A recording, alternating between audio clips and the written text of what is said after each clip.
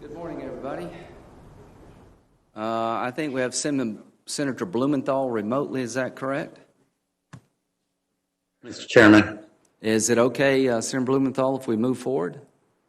Absolutely. Thanks very much. Okay, I'll make a brief opening statement. And this is about censorship, suppression, and the 2020 election. Sort of a deep dive when it comes to Twitter and Facebook about the platforms and the decisions they make, how they make them. Can we do better? Do we need to do better? So the first thing I want to talk about here is health risk associated with social media. A 2018 Pew Research Center survey of nearly 750 13 to 17-year-olds found that 45% are online almost constantly, and 97% use social media platforms such as YouTube, Facebook, Instagram, or Snapchat. So why are we having this hearing? The products that these two companies offer, people like and they use. So the bottom line is they've probably been more successful than their wildest dreams, and they're having to make decisions that offend people on the left and the right.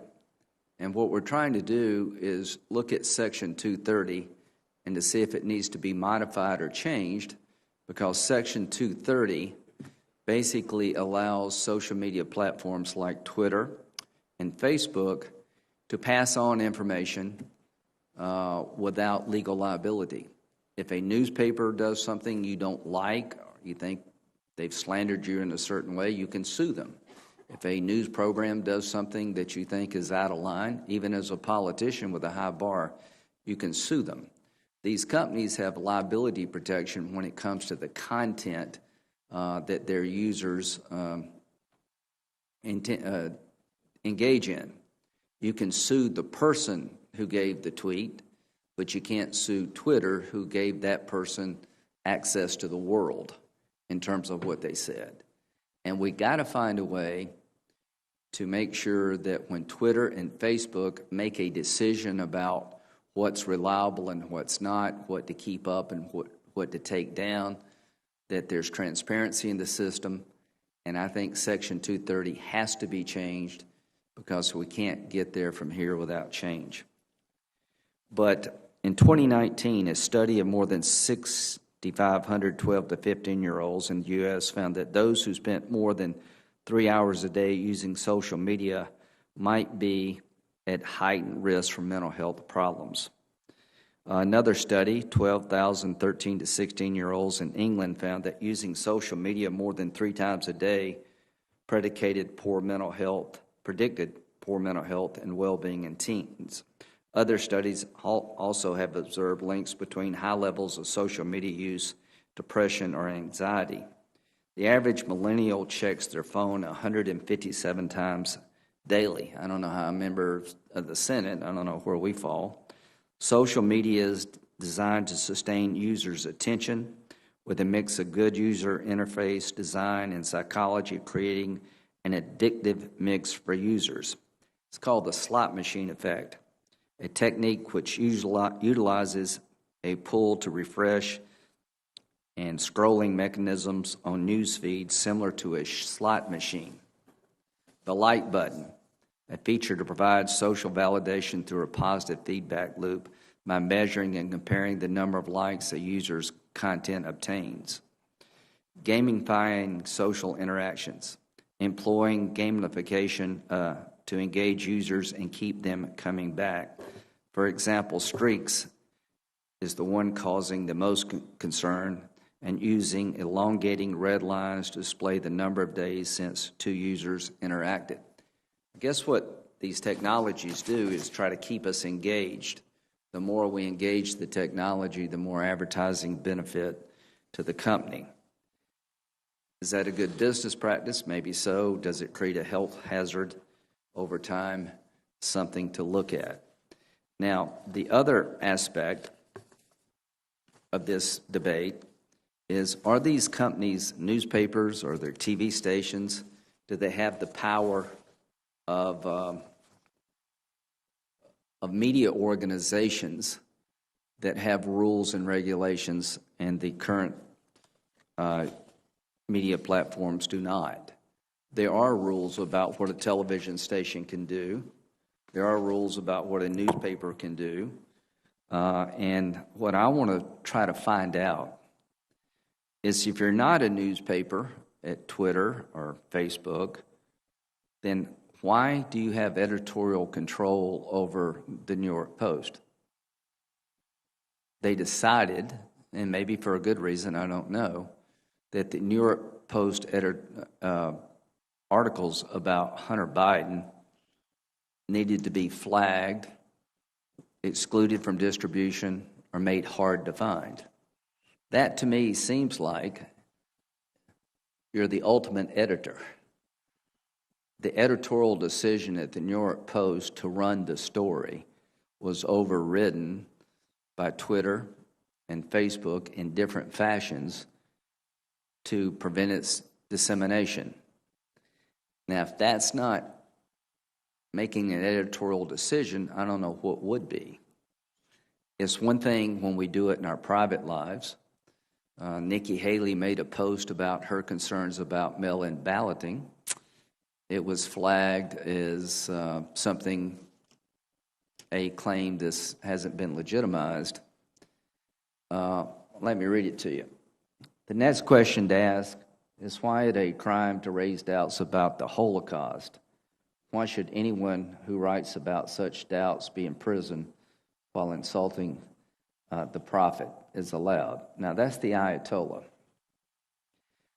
He's opining that raising doubts about the Holocaust shouldn't be a crime, and he has openly called for the destruction of Israel. His regime has, and his tweet was basically allowed to flourish. Here's what Nikki Haley said. Despite what the media tells us, election fraud does happen, and policies like balloting, harvesting, and mailing ballots to people who don't request them makes that easier. That needs to stop. this claim about election fraud is disputed. Well, that's her opinion. She believes, like I do, that mail-in balloting is ripe for fraud if you can't verify the signature. And if we just send mail ballots out to the world that are not requested, and you don't have a signature verification system that can be trusted, you have in fact led to harvesting of ballots for nefarious purposes.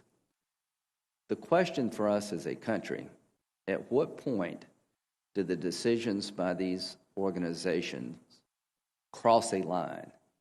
At what point do they have to assume responsibility that Section 230 shields them from? And to the people who are about to testify, I consider your products to have changed the world mostly for the good. We're able to interact among ourselves.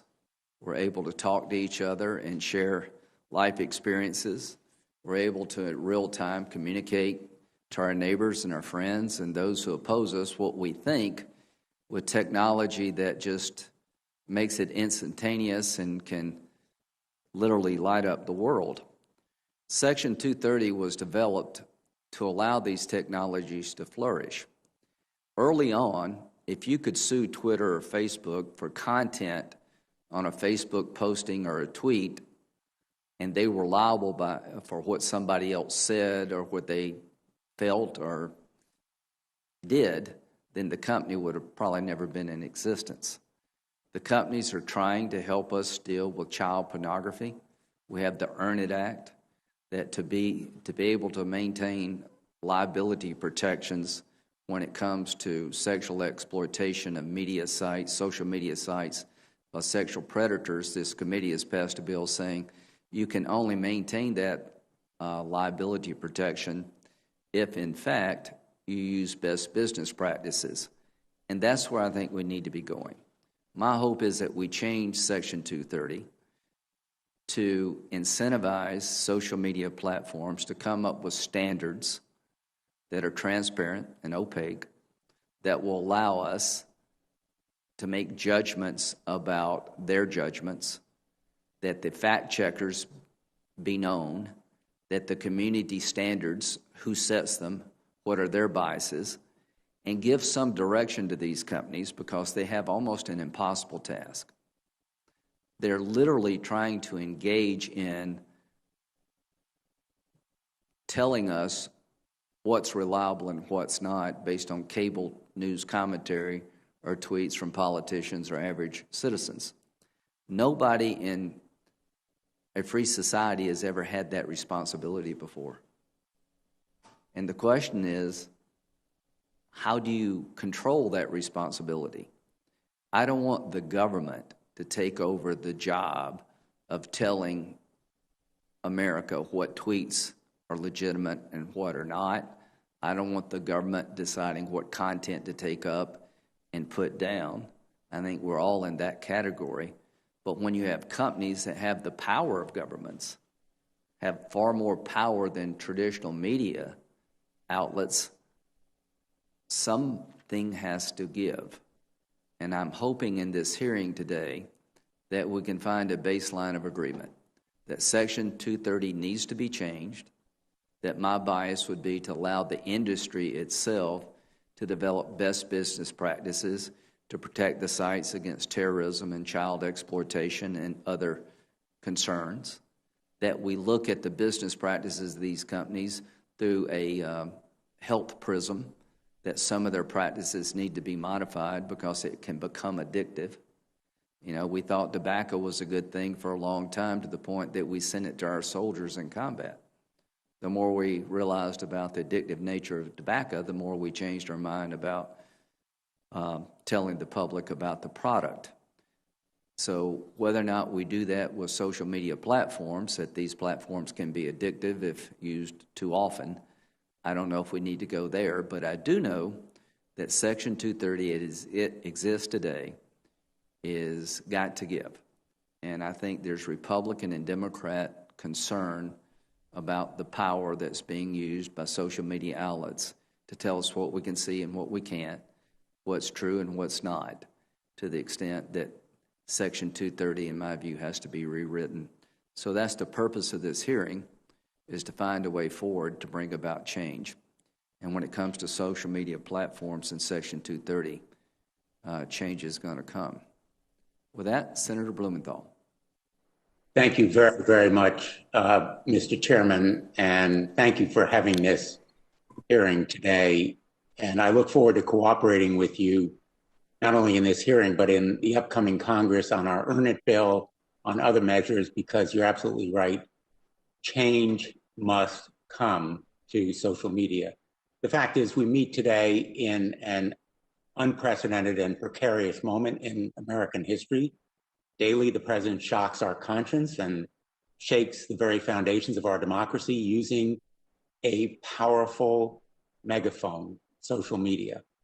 The president has used this megaphone to spread vicious falsehoods in an apparent attempt to overturn the will of voters. Every day, he posts new threats and conspiracy theories about mail-in ballots and voting machines, lies that contradict his own election security officials and his lawyers. He uses this megaphone potentially to block a peaceful transition of power. Now, Mr. Zuckerberg and Mr. Dorsey, you have built terrifying tools of persuasion and manipulation with power far exceeding the robber barons of the last Gilded Age. You have profited hugely by strip mining data about our private lives and promoting hate speech and voter suppression. You have an immense civic and moral responsibility to ensure these instruments of influence do not irreparably harm our country. I recognize the steps, they're really baby steps, that you've taken so far. The destructive, incendiary misinformation is still a scourge on both your platforms and on others. In fact, Google has been given a pass from today's hearing. It's been rewarded by this committee for its timidity, doing even less than you have done to live up to its responsibilities. The recent actions you have taken, in fact, are simply to check the truth of what appears on platforms. Often it is voter suppression and incendiary, malicious misinformation, and you've tried to slow its insidious spread. That's not censorship. That's moral and civic responsibility. Now, I believe, and I hope the chairman agrees, that a series of hearings on big tech is long overdue on antitrust issues, on privacy concerns, and Section 230. I have urged, in fact, a breakup of tech giants because they've misused their bigness and power. Breaking off, for example, WhatsApp and Instagram. Rigorous privacy protection because consumers should have control over their own data. And indeed, Section 230 reform, meaningful reform, including even possible repeal in large part, because their immunity is way too broad, and victims of their harms deserve a day in court. But this hearing is certainly not the serious proceeding that we need. It may become a political sideshow, a public tar and feathering. My colleagues seem to want to ignore the foreign disinformation campaigns intended to interfere in our democracy and calls for murder of FBI Director Wray and Dr. Fauci. What we've seen here are fighting words and hate speech that certainly deserve no free expression protection. The fact is that the purpose of today's hearing seems as much to bully or browbeat you, Mr. Zuckerberg and Mr. Dorsey, from taking even more responsible action by threatening cuts to Section 230. Censorship is really a misnomer for this hearing. What you've done is to label and to fact check, to avoid amplifying misinformation, and to, in effect, impose those labels to alert people that what they are consuming may misinform them. And Facebook took down ads for Biden in Michigan and the ACLU in Colorado for mistaken information about voting. In short, there was action that affected both sides. I have fought for Section 230 reform for 16 years, from my time as Connecticut's Attorney General, when I took on the scourge of registered sex offenders grooming children on Facebook and MySpace. With Senator Portman, I have led passage of the only successful revision so far to Section 230, the Stop Enabling Sex Traffickers Act, known as SESTA. And Chairman Graham and I have authored the only bill to reform Section 230 that is actually moved out of a committee. This section, the Earn It Act, passed this committee unanimously. Change is going to come, no question. Change is on the way, and I intend to bring aggressive and targeted reform to Section 230. But I am not, nor should we be on this committee, interested in being a member of the speech police. There are real harms and real victims here. And in some ways, this hearing is a betrayal of those real harms and the real victims of them. Those harms have been caused by big tech because you have failed your responsibility, as have others in this industry. I want to see real reform that will enable these abuses to be reformed, because your platforms have embraced, abused, and weaponized child predators, violent white supremacists, and human traffickers. And I've heard heart-wrenching stories from the victims. You've set back civil rights protections for Muslim Americans who live in fear of armed militias organized by private online groups. You have set back consumers and competition, making that kind of antitrust action very, very important. The American public deserves and demands real reform and accountability, national consumer privacy rules, antitrust principles that curb predatory power, and reforms to Section 230 that stop shutting the courthouse door to victims.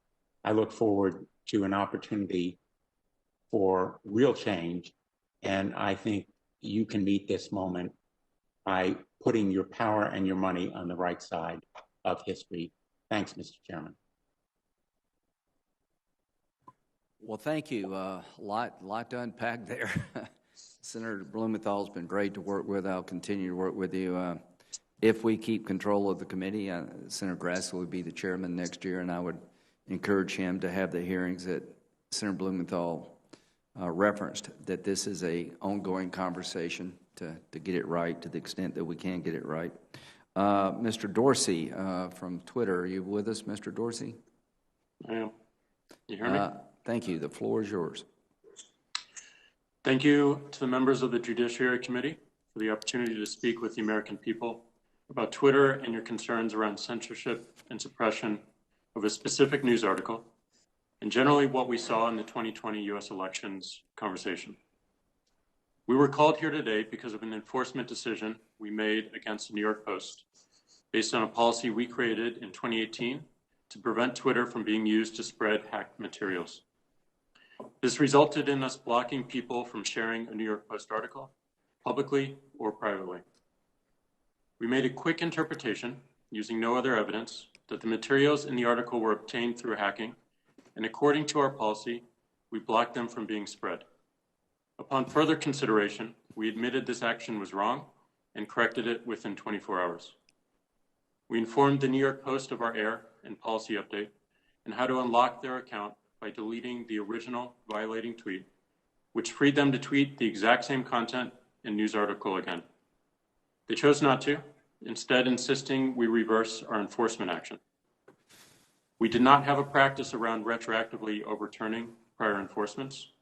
This incident demonstrated that we needed one, and so we created one we believe is fair and appropriate. I hope this illustrates the rationale behind our actions and demonstrates our ability to take feedback, admit mistakes, and make changes, all transparently to the public. We acknowledge there are still concerns around how we moderate content, and specifically our use of Section 230. 3 weeks ago, we proposed 3 solutions to address the concerns raised, and they all focus on services that decide to moderate or remove content. It could be expansions to Section 230, new legislative frameworks, or a commitment to industry-wide self-regulation best practices, requiring 1, moderation process and practices to be published, 2, a straightforward process to appeal decisions, and 3, best efforts around algorithmic choice are suggestions to address the concerns we all have going forward. And they're all achievable in short order. It's critical as we consider these solutions, we optimize for new startups and independent developers. Doing so ensures a level playing field that increases the probability of competing ideas to help solve problems going forward. We mustn't entrench the largest companies any further. Finally, before I close, I wanted to share some reflections on what we saw during the US presidential election.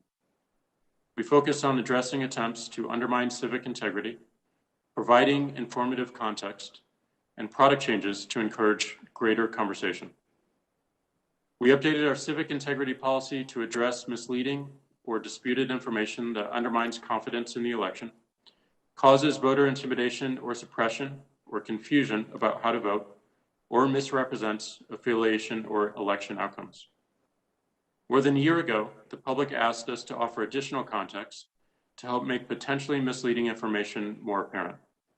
We did exactly that, applying labels to over 300,000 tweets from October 27th to November 11th, which represented about 2.2% of all US election-related tweets.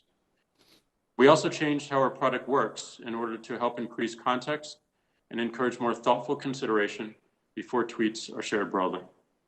We're continuing to assess the impact of these product changes to inform our long-term roadmap. Well, thank you for the time, and I look forward to a productive discussion focused on solutions.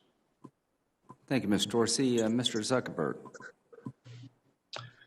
Thank you, Chairman Graham, Ranking Member Blumenthal, and members of the committee. At last month's hearing, I spoke about the role internet platforms play in supporting democracy, keeping people safe, and upholding fundamental values like free expression. People have deeply held beliefs about these issues and can reach very different conclusions about the right balance. We try to do what's best for our community and the world, acknowledging that there are difficult trade-offs. I believe that some of these trade-offs and decisions would be better made through a democratic process, and I look forward to discussing that today. But first, I want to update you on our efforts during the election. At Facebook, we took our responsibility to protect the integrity of this election very seriously. In 2016, we began to face new kinds of threats, and after years of preparation, we were ready to defend against them. We've built sophisticated systems to protect against election interference that combine artificial intelligence, significant human review, and partnerships with the intelligence community, law enforcement, and other tech platforms. We've taken down more than 100 networks of bad actors who are trying to coordinate and interfere globally. We established a network of independent fact-checkers that covers more than 60 languages. We made political advertising more transparent on Facebook than anywhere else, and including TV, radio, and email. And we introduced new policies to combat voter suppression and misinformation.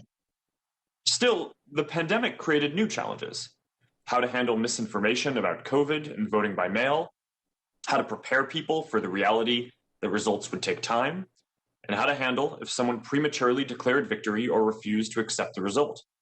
So in September, we updated our policies again to reflect these realities of voting in 2020 and make sure that we were taking precautions given these unique circumstances. We worked with local election officials to remove false claims about polling conditions that might lead to voter suppression. We partnered with Reuters and the National Election Pool to provide reliable information about results. We attached voting information to posts by candidates on both sides, and additional contexts to posts trying to delegitimize the outcome. We locked down new political ads in the week before the election to prevent misleading claims from spreading when they couldn't be rebutted.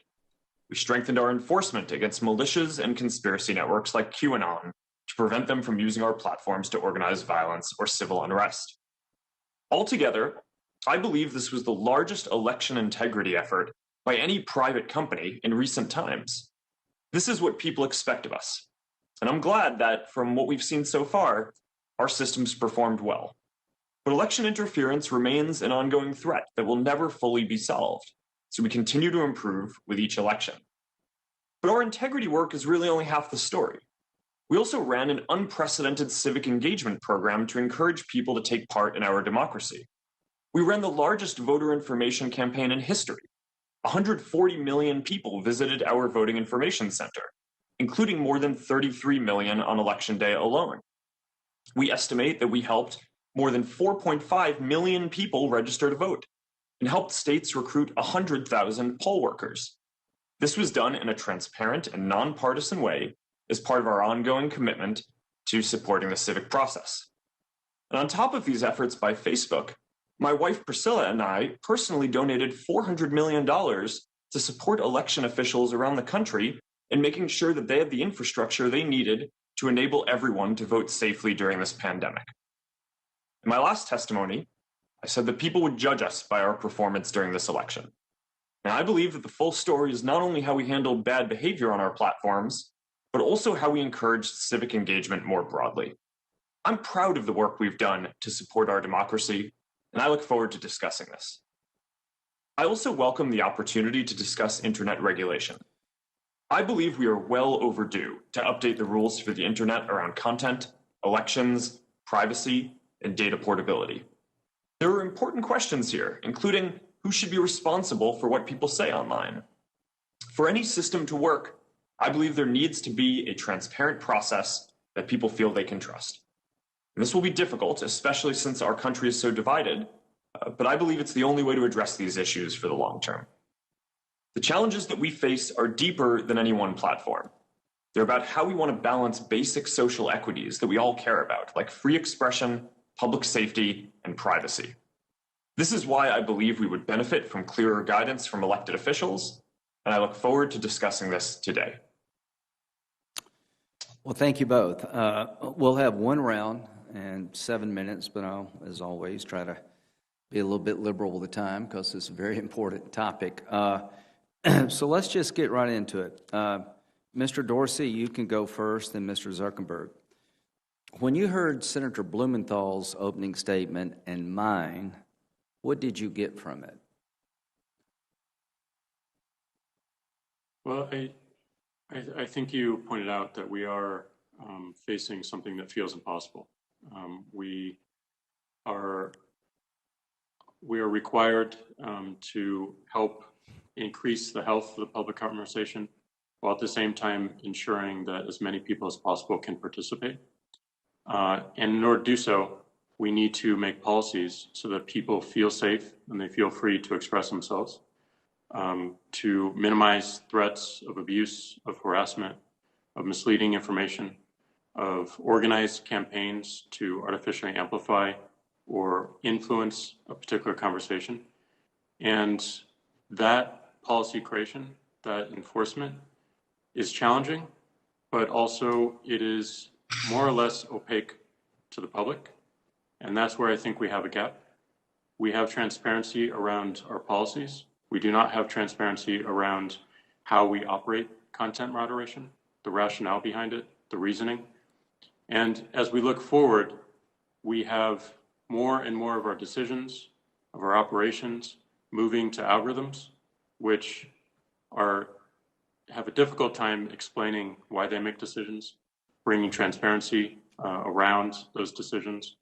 And that is why we believe that we should have more choice in how these algorithms are applied to our content, whether we use them at all, so we can turn them on or off, and have clarity around the outcomes that they are projecting and how they affect our experience. Thank you. Mr. Zuckerberg, very quickly, please. What did you hear? Senator, I heard that there are issues around content moderation as well as other areas. And frankly, I'm optimistic from the statements that we may be able to move forward and hopefully update some of the rules for the internet around these areas. I've been encouraging and hoping that we would do this for a couple of years. And from your opening statements, it sounds like there may be now enough common ground on views that real progress can be made here.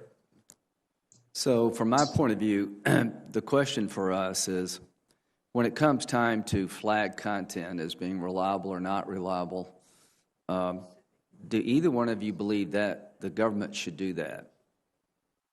Is that a solution where the government sets a regulatory scheme that talks about what should be up and what should be down? I don't believe so. I think that would be very challenging. Okay. Do you agree with that, Mr. Zuckerberg?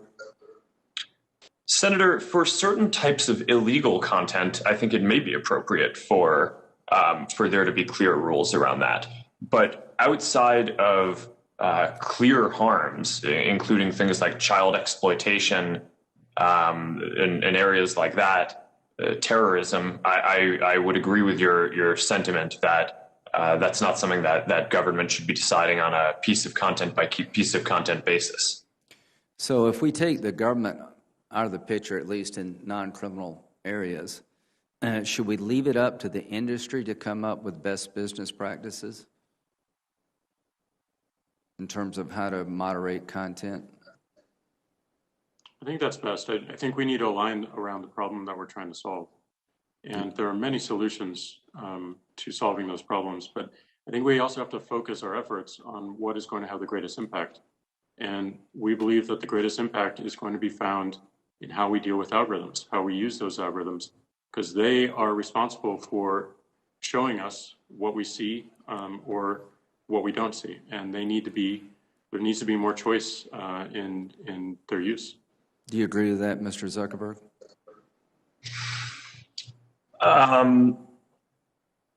Senator, I think that there is a role for regulation in the process, even if not defining on a piece of content by piece of content basis. And one of the areas that I've advocated for is regulation around transparency that goes beyond just about what the policies are and what the process is, but also goes towards results. And as an example of this, every quarter, Facebook releases a community standards enforcement report. It's basically a transparency report that breaks down each category of potentially harmful content that we track, ranging from terrorism to child exploitation content to incitement of violence to pornography to intellectual property violations. Yes, if I may, I don't mean to interrupt, but who sets those community standards? How are they set by the company? Senator, we have a policy team that consults with a number of different stakeholders and outside groups to make sure that we're getting feedback from broad swaths of our community on all of the concerns. Is that publicly known? Senator, I believe so. And our head of content policy has testified publicly multiple times. Okay. So when it comes to fact checking, would you give us a list of the people you use to fact check? Senator, yes.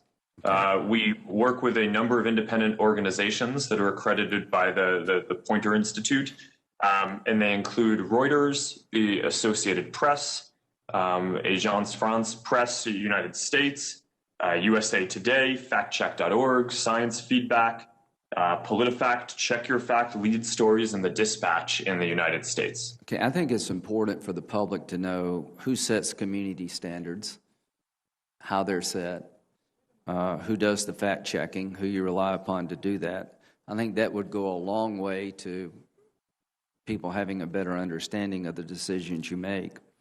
Mr. Zuckerberg, do you believe your product can be addictive? Senator, we certainly do not design the product in that way. We design the product to be as useful and meaningful as possible. That's not my question. My question is that there seems to be an ample body of growing medical evidence that social media sites have an addictive nature to them. Do you agree with that? Senator, I don't think the research has been conclusive, but it is an area that we care about and study. We certainly do not want our products to be addictive. We want people to use them because they are meaningful. And we take steps to make sure that this is the case. So, for example, we don't give the team that's running Newsfeed a goal around how much time people spend on our products, which goes counter to a lot of the memes and misinformation out there around how we operate. But my goal is to help people connect and find content and interactions that are going to be meaningful to them on our service. And our view is that if that's what we deliver over the long term and people find the services useful, then they'll use them more. But I don't think that companies should be optimizing to just encourage people to spend as much time as possible on them. Well, time's about up. Have you seen the movie Social Dilemma? Senator, I'm familiar with it. Okay, have you seen it, Mr. Dorsey?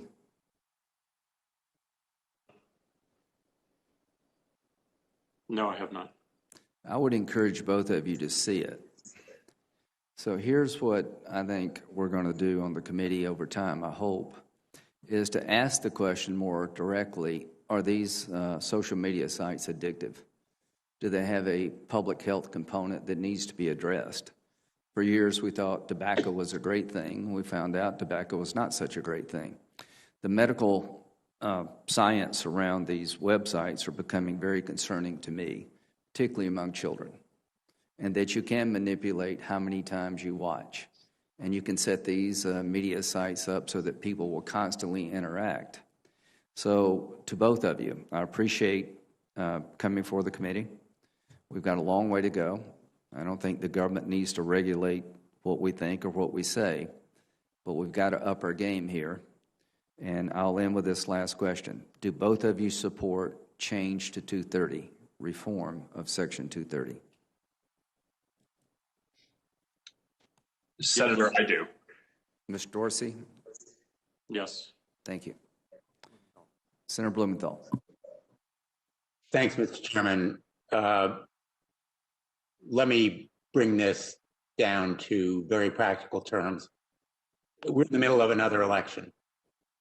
This election in Georgia could determine, in fact, which party controls the United States Senate. I'm concerned that both of your companies are, in fact, backsliding or retrenching, that you are failing to take action against dangerous disinformation, exactly the same kind of voter suppression tactics that existed in the last election, and that you are, in fact, reducing content modification.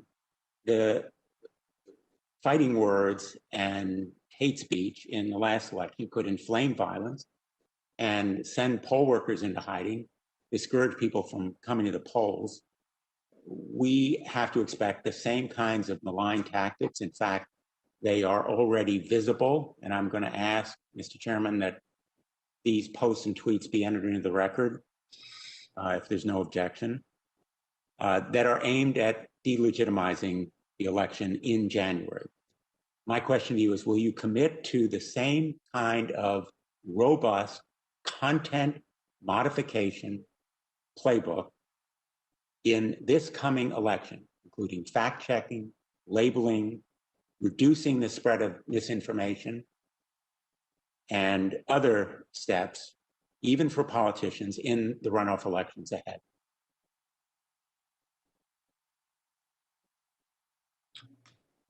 Senator, our policy is to have a similar approach in the upcoming Georgia special elections that we took during the general election.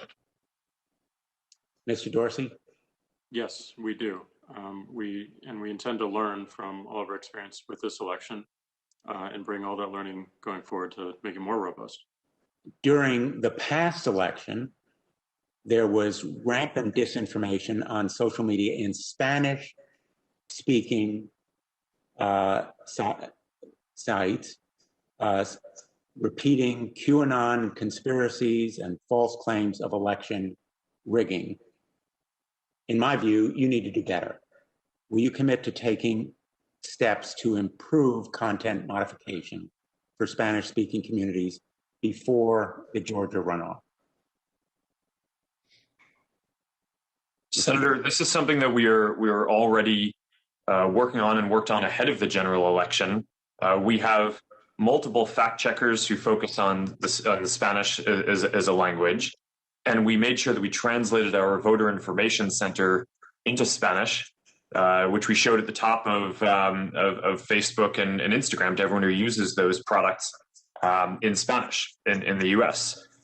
Those are a couple of the steps that we've taken, and we're certainly committed to focusing on this. And yes, we will, in partnership with Latinx civil rights groups.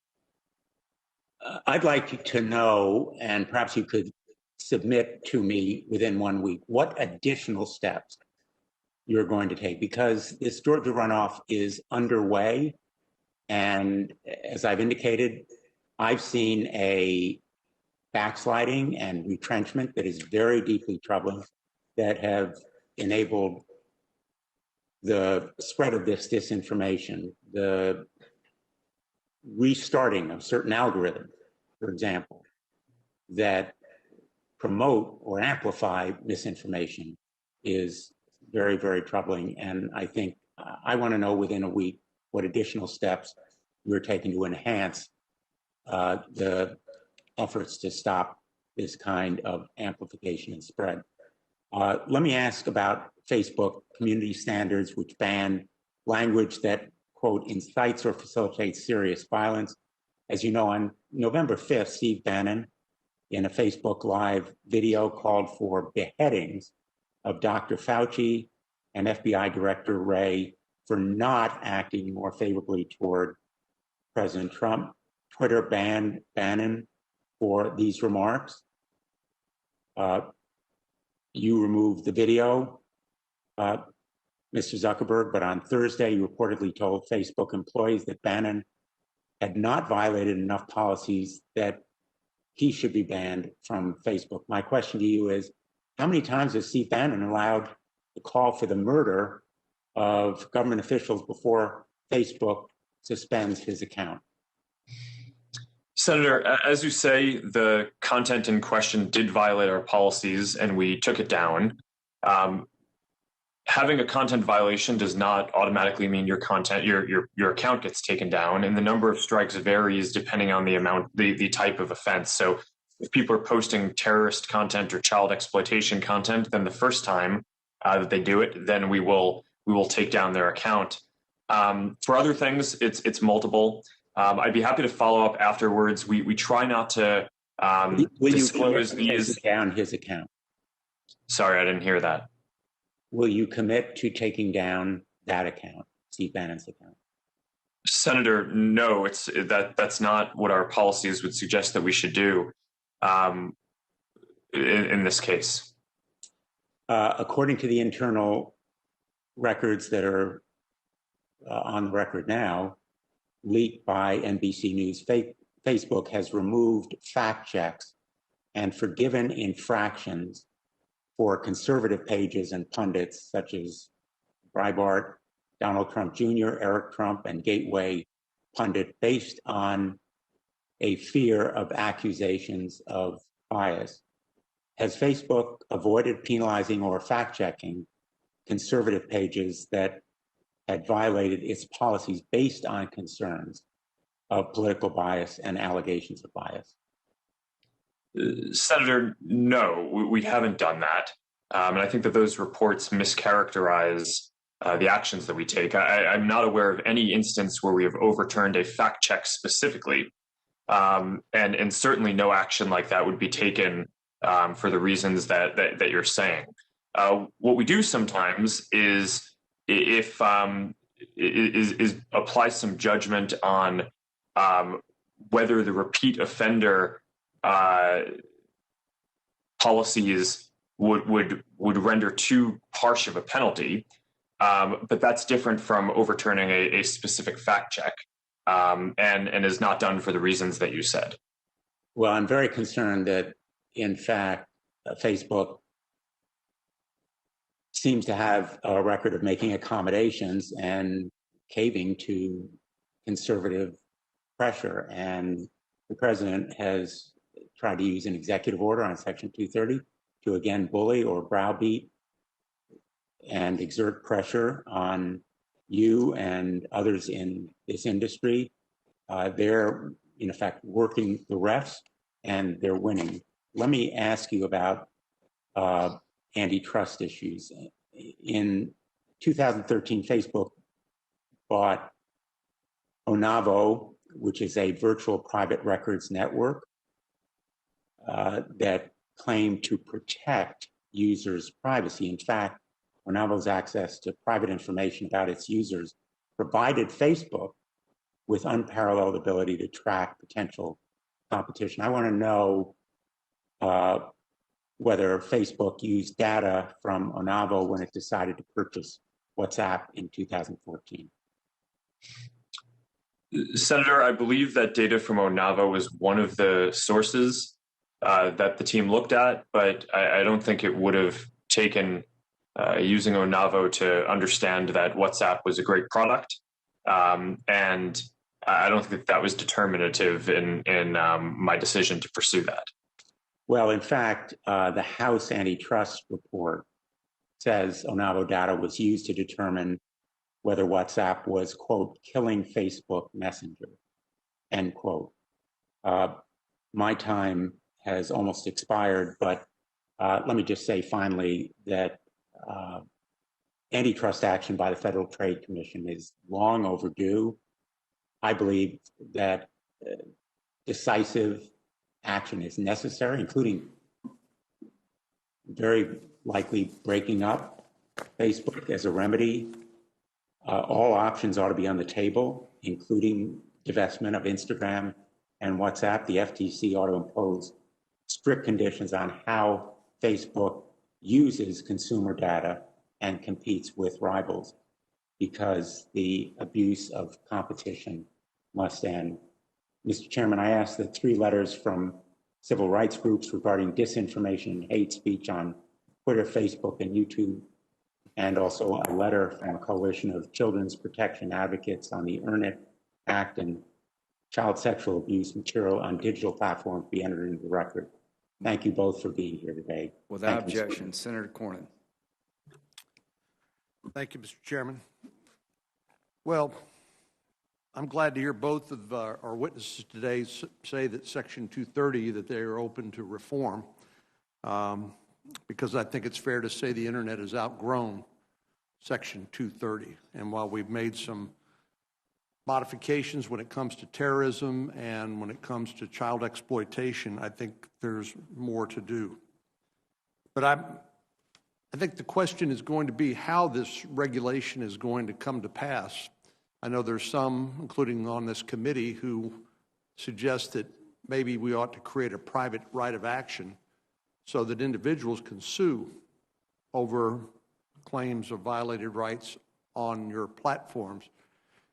I think that's one form of regulation. It's called regulation by litigation, but it's certainly not my first choice, and it's not optimal.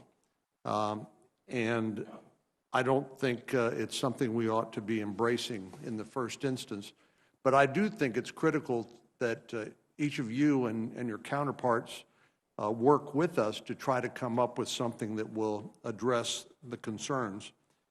And the basic concern I have is it's hard to know exactly how to classify your business model. It's we have a provision in the Bill of Rights protecting freedom of the press, but yet here, while we would never let the government regulate what the press writes or doesn't write, essentially we are allowing private companies, which are now de facto public forums, to regulate that speech. And I'm no more comfortable delegating those decisions to you than I am delegating to you my vote in the last or upcoming elections.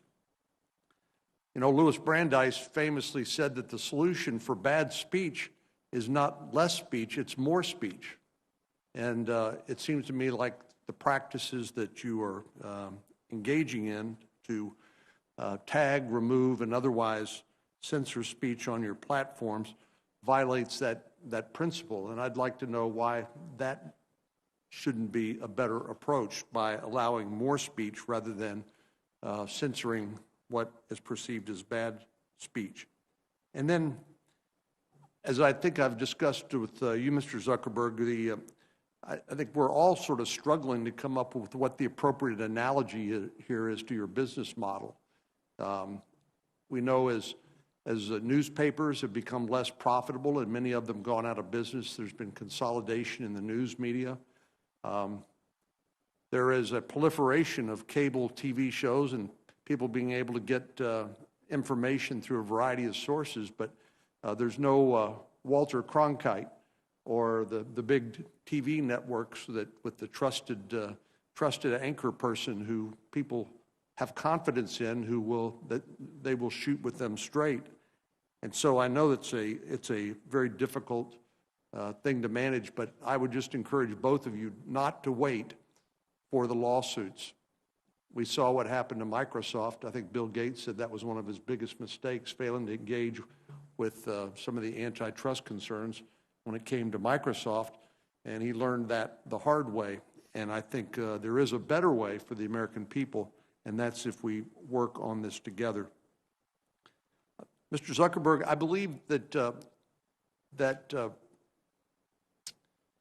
Facebook publishes on a quarterly basis a report of its actions in this area. Is that correct? Senator, that's correct. And could you describe that for us and what motivated you to undertake that sort of transparency? Yes. Senator, I believe that in order for people to trust that we're doing a good job, they have to be able to see the results. And we have to be able to break down on a content on a kind of category by category basis across all the different categories of harm, whether it's terrorist content or child exploitation or incitement of violence or pornography or intellectual property violations, how much of the violating content is on our platforms and how effective our systems are at removing it. And what we hold ourselves accountable towards is getting as high a percent of this harmful content down, addressing it, before real people have to experience it and report it to us themselves. So in categories where we do quite well, for example, in fighting against terrorist content, our AI systems and counterterrorism teams are able to remove 98 or 99% of that harmful content before anyone has to report it to us.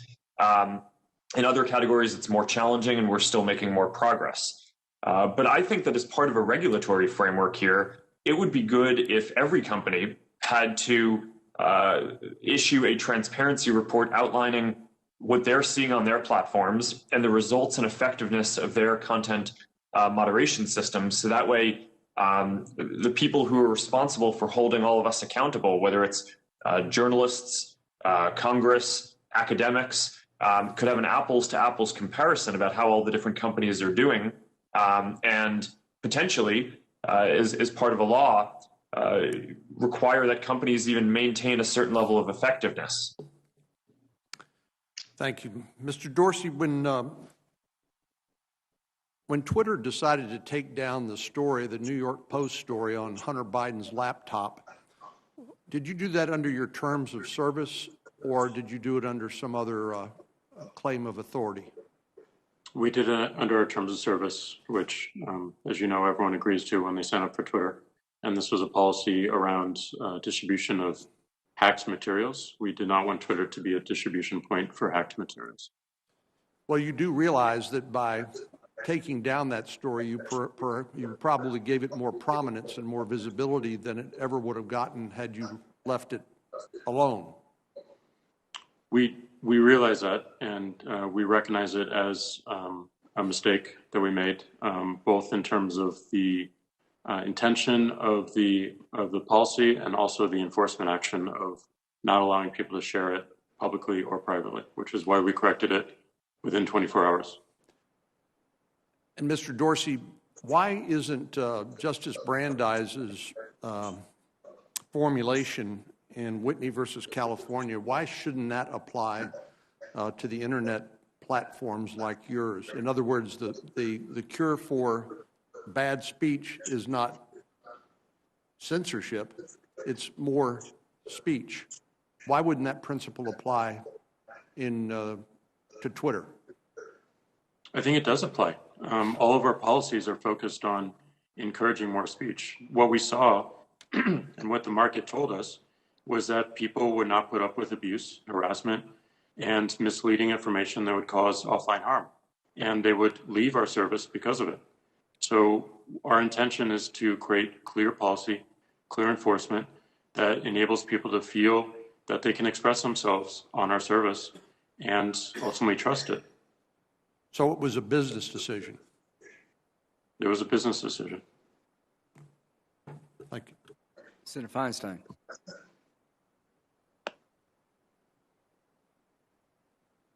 Thanks very much, Mr. Chairman.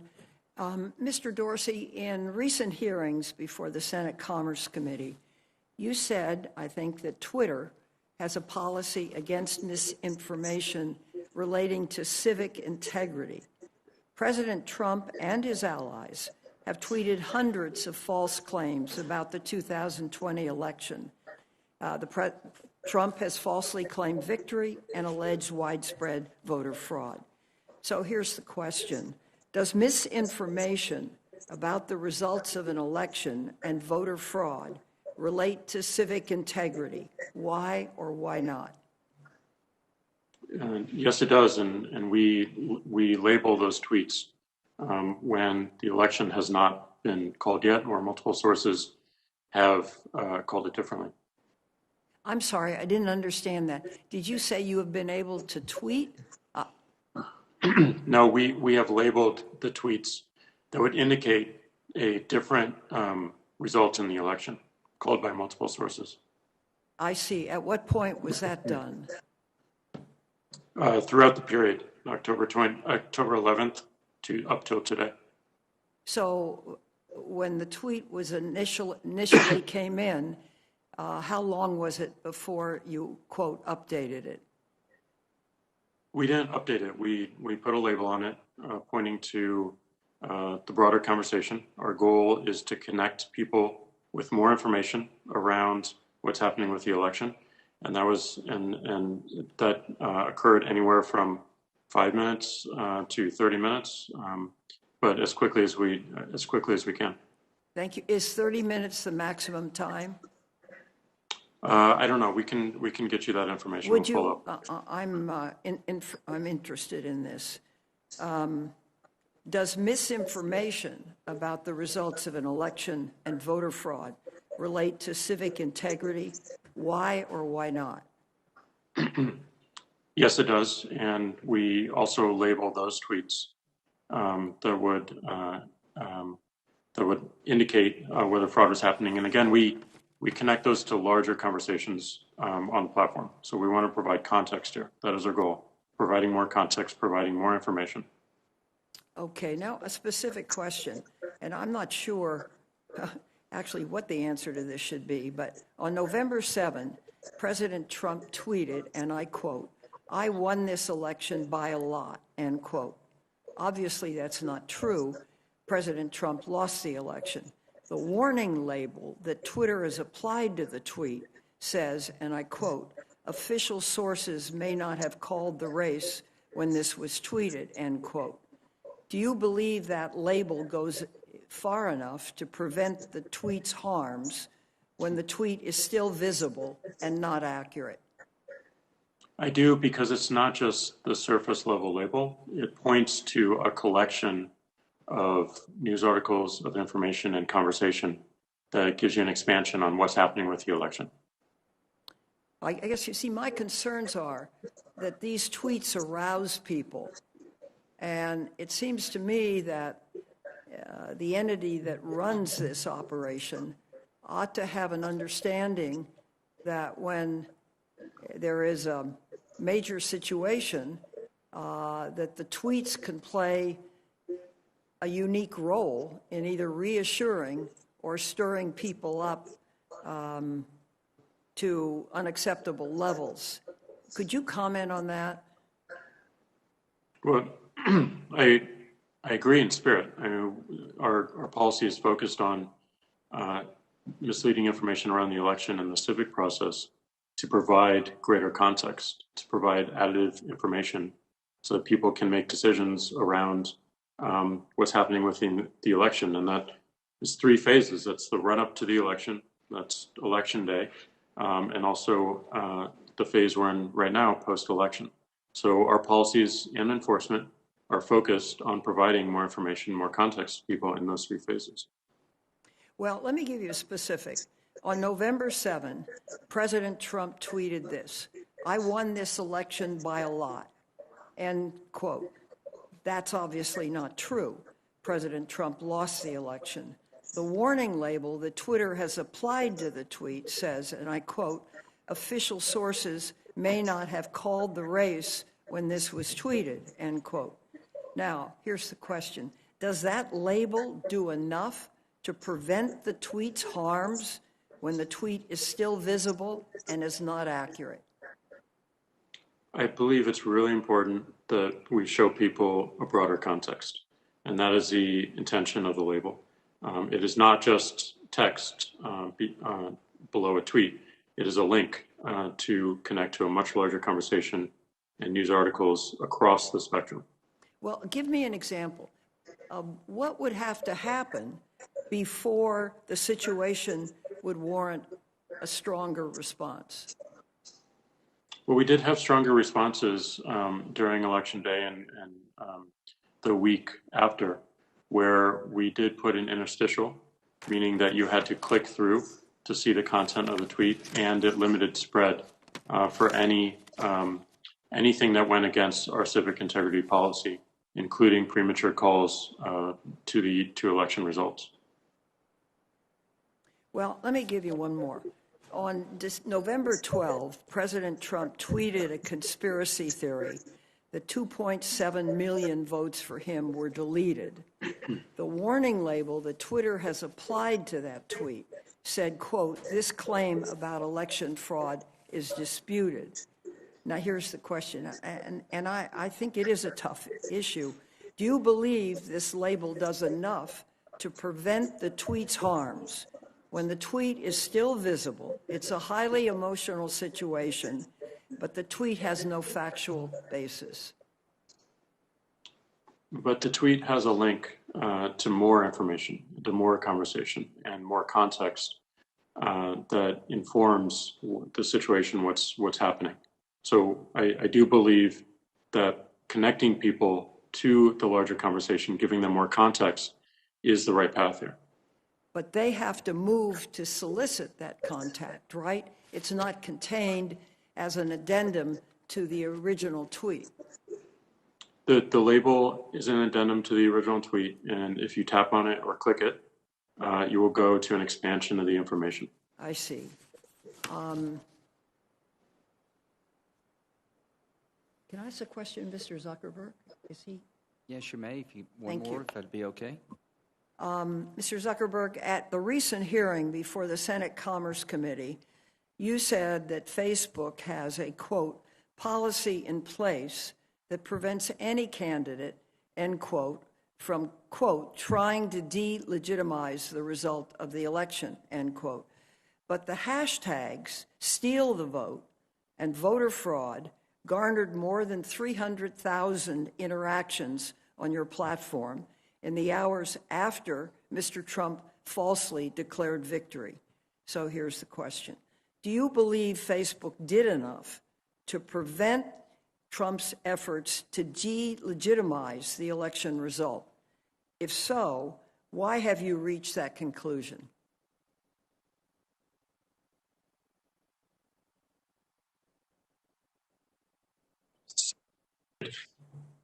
Senator, I believe that we've taken some very significant steps in this area.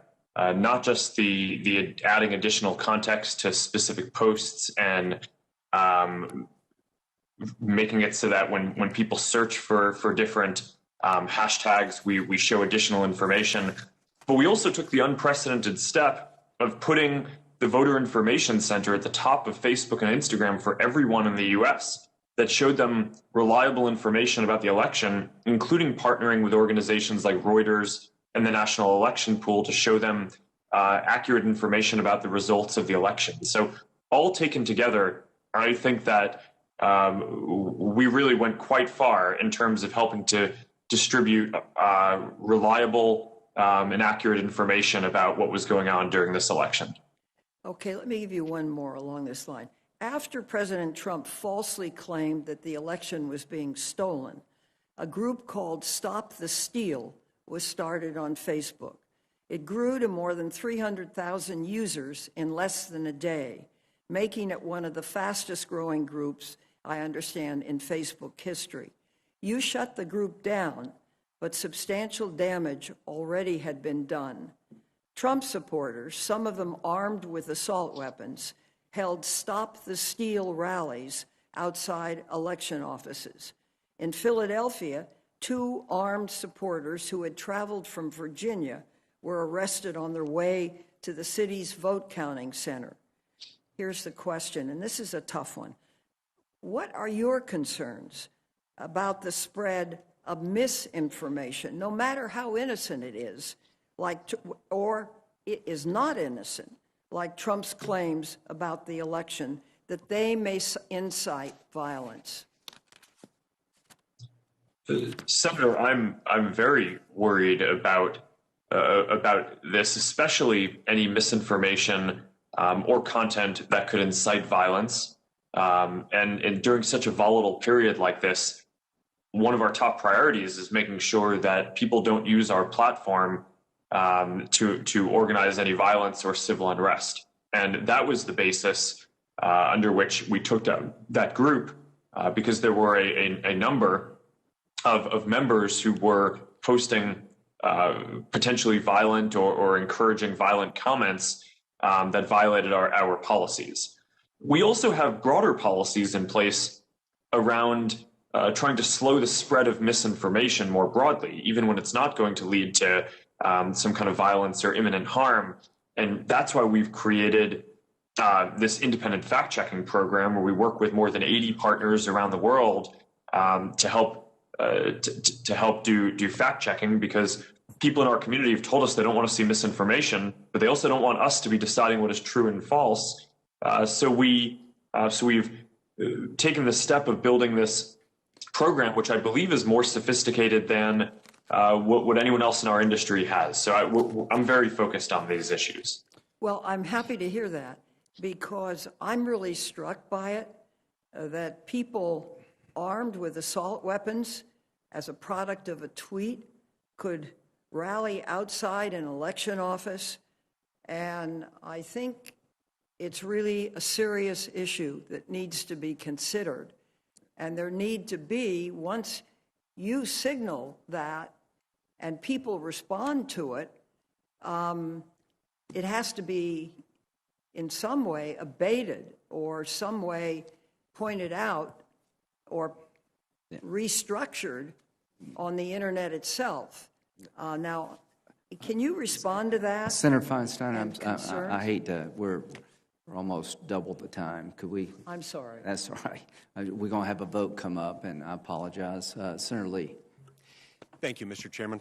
First, I'd like to note that as far as the President's arguments about the election and how they turned out, inciting violence, I'd like to point out here that the only violence that I'm aware of has occurred in connection with Antifa.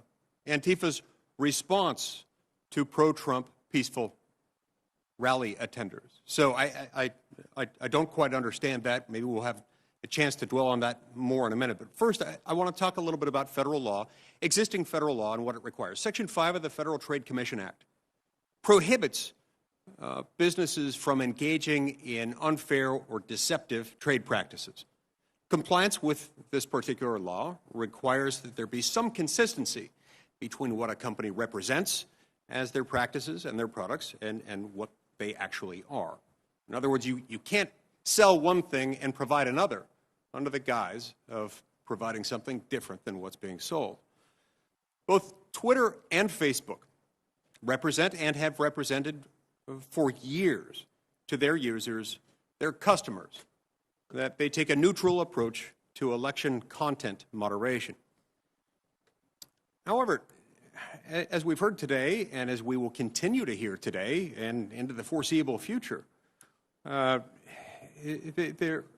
are instances in which your platforms are taking a very distinctively partisan approach, and not a neutral one, to election-related content moderation. For example, just days before the election, Twitter suspended the account of Mark Morgan. Now, Mark Morgan is the commissioner of the U.S. Customs and Border Protection Office. And they suspended Commissioner Morgan's Twitter account, specifically for a tweet celebrating the success of the U.S. southern border wall.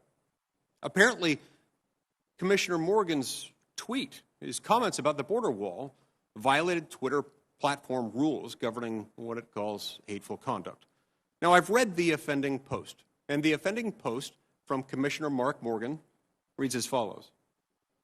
At CBP and the Army Corps of Engineers, continue to build new wall every day.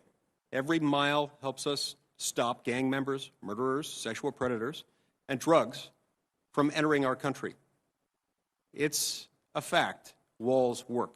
Period. Close quote. Mr. Dorsey, can you tell me, in one sentence, what exactly is hateful about Commissioner Morgan's tweet that I just read? Well, we evaluated this tweet again, and we found that we were wrong. That was a mistake, and it was due to the fact that we had heightened awareness around government accounts during this time. So that was a mistake. We reverted it. Thank you. I appreciate that, and we're going to get back to more of that in a minute and get back to the fact that, I understand that mistakes happen. But what we're going to see today is that mistakes happen a whole lot more, almost entirely on one side of the political aisle rather than the other. Now, Commissioner Morgan's statement in that tweet, as was initially taken down, is factual. There's nothing remotely hateful about it, and yet it was taken down. Now, on October 15th, Facebook relied on a third-party fact-checker's assessment to ban 2 advertisements from Facebook for, quote, partly false information. Now, both of these advertisements were factual in nature, and they revealed Joe Biden's and Kamala Harris's views on late-term abortion. Joe Biden has stated that he won't accept any restrictions on abortion, and Senator Harris's views are such that she voted against requiring care for a child born alive during a botched abortion. The very next day, the third-party fact-checker issued a statement retracting the assessment and retracting it as erroneous. However, it stunningly took Facebook almost 2 more weeks until October 29th, when voting had already started in many jurisdictions, to lift the ban on these legitimate ads. Ads that the fact-checker had already declared a couple weeks earlier were erroneously taken down. So, Mr. Zuckerberg, why on earth did it take Facebook 2 weeks to correct this error? Senator, I'm not familiar with the details of us re-enabling that ad, so I can follow up with you after. It's possible that this was just a mistake or delay, and unfortunately, when we handle millions or billions of pieces of content a day, while we strive to do as well as possible and be as precise as possible, we will make some mistakes. Thank you. I appreciate your acknowledgement of the fact that there are mistakes. As I've noted previously, those mistakes sure happen a whole lot more on one side of the political spectrum than the other. Now, this is understandable. We're humans, but it's also understandable why this might occur. Maybe some of it has to do with your employees.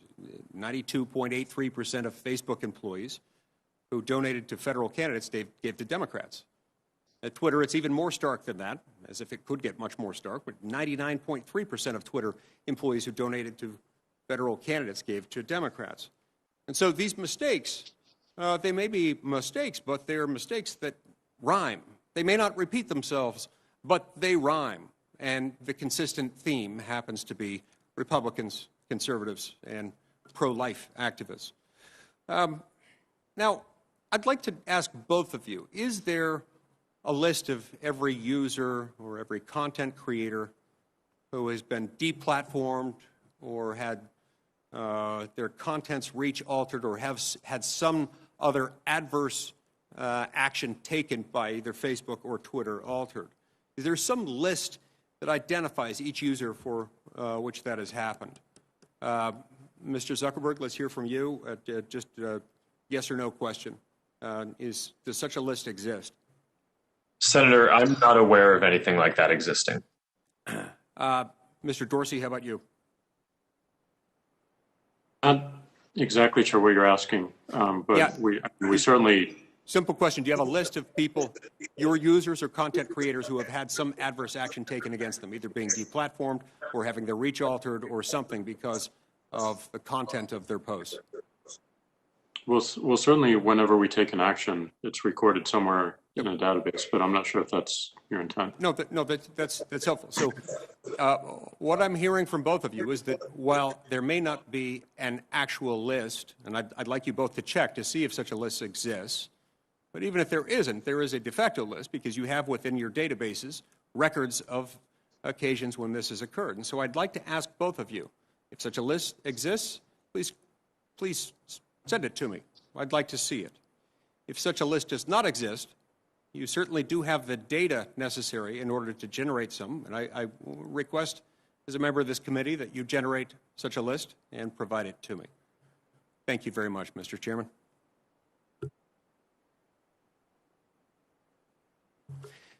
Senator Graham, the chairman of the committee, has stepped out momentarily.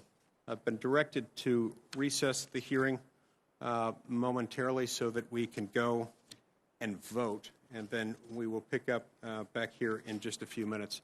I would like to, as long as I have the gavel momentarily, I'm going to ask one more question before I leave to go vote, and then we'll recess the hearing after this question. Could I ask when we're coming back? I've been waiting to ask questions for an hour now. Yeah, we'll be coming back as soon as Senator Graham returns. He left to vote in just a moment ago. He'll be back. Mr. Zuckerberg, in September, Facebook tagged an ad run by the American Principles Project in Michigan that criticized Joe Biden and criticized Senator Gary Peters. And the ad was tagged because it was, quote unquote, missing context. Now, the next day, the ad was shut down entirely by Facebook. Facebook relied on a supposed fact check from PolitiFact, which is a nice way for you to avoid taking accountability for the problem, except that the fact check in question literally said that the ad, quote, makes, quote, predictions we can't fact check.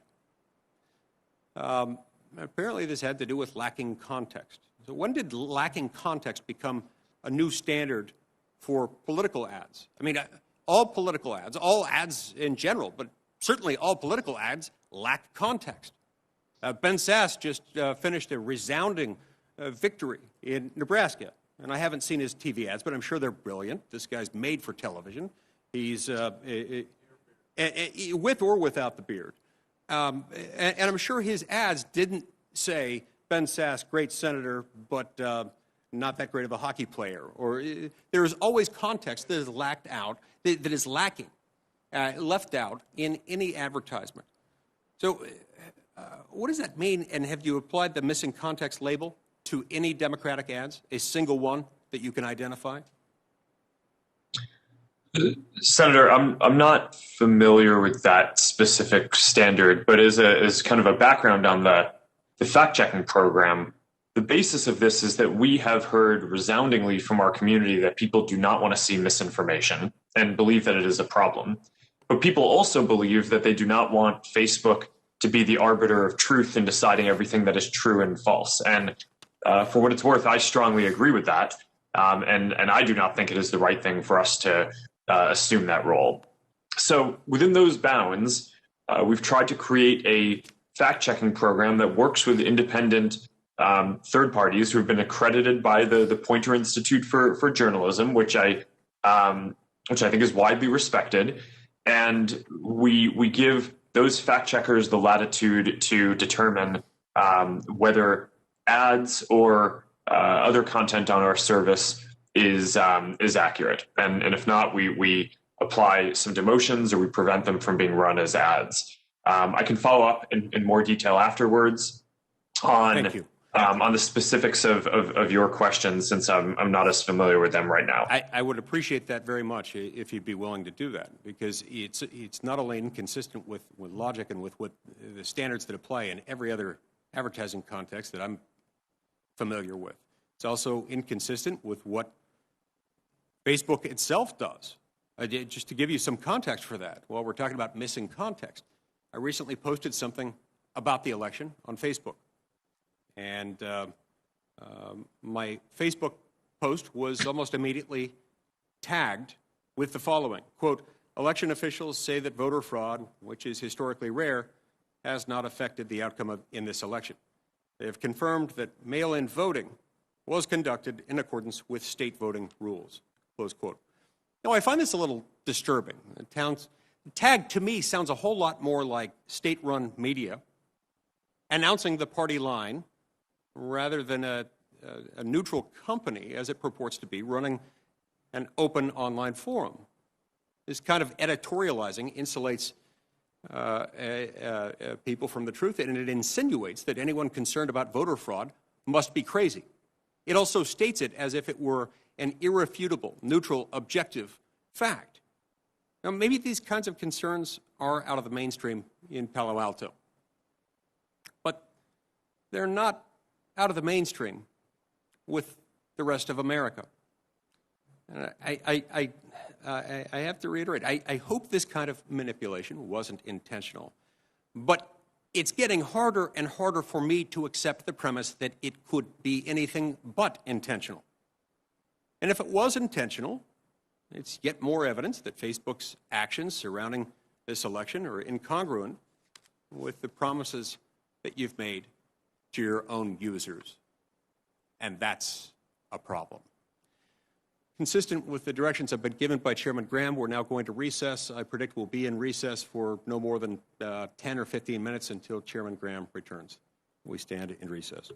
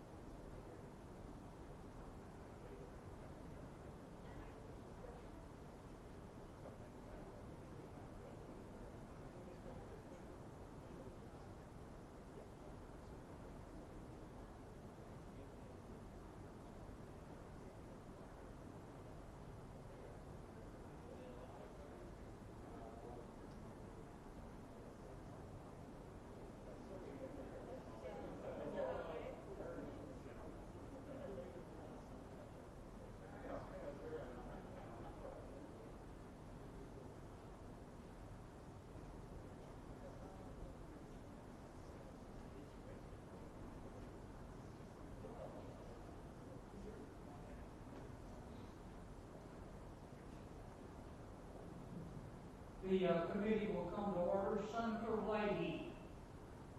Thank you. Can you hear me all right? Yes, sir. Good. Well, let me We start can by see you saying too, Senator. You look Beg your great. pardon? It's my thick head of hair. That's what does it. But I want to say that I recognize the challenging position that the social media companies are in.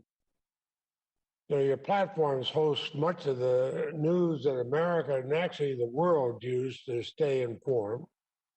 So you're on the front line of both domestic and foreign disinformation campaigns, and you have to balance American ideals like freedom of speech.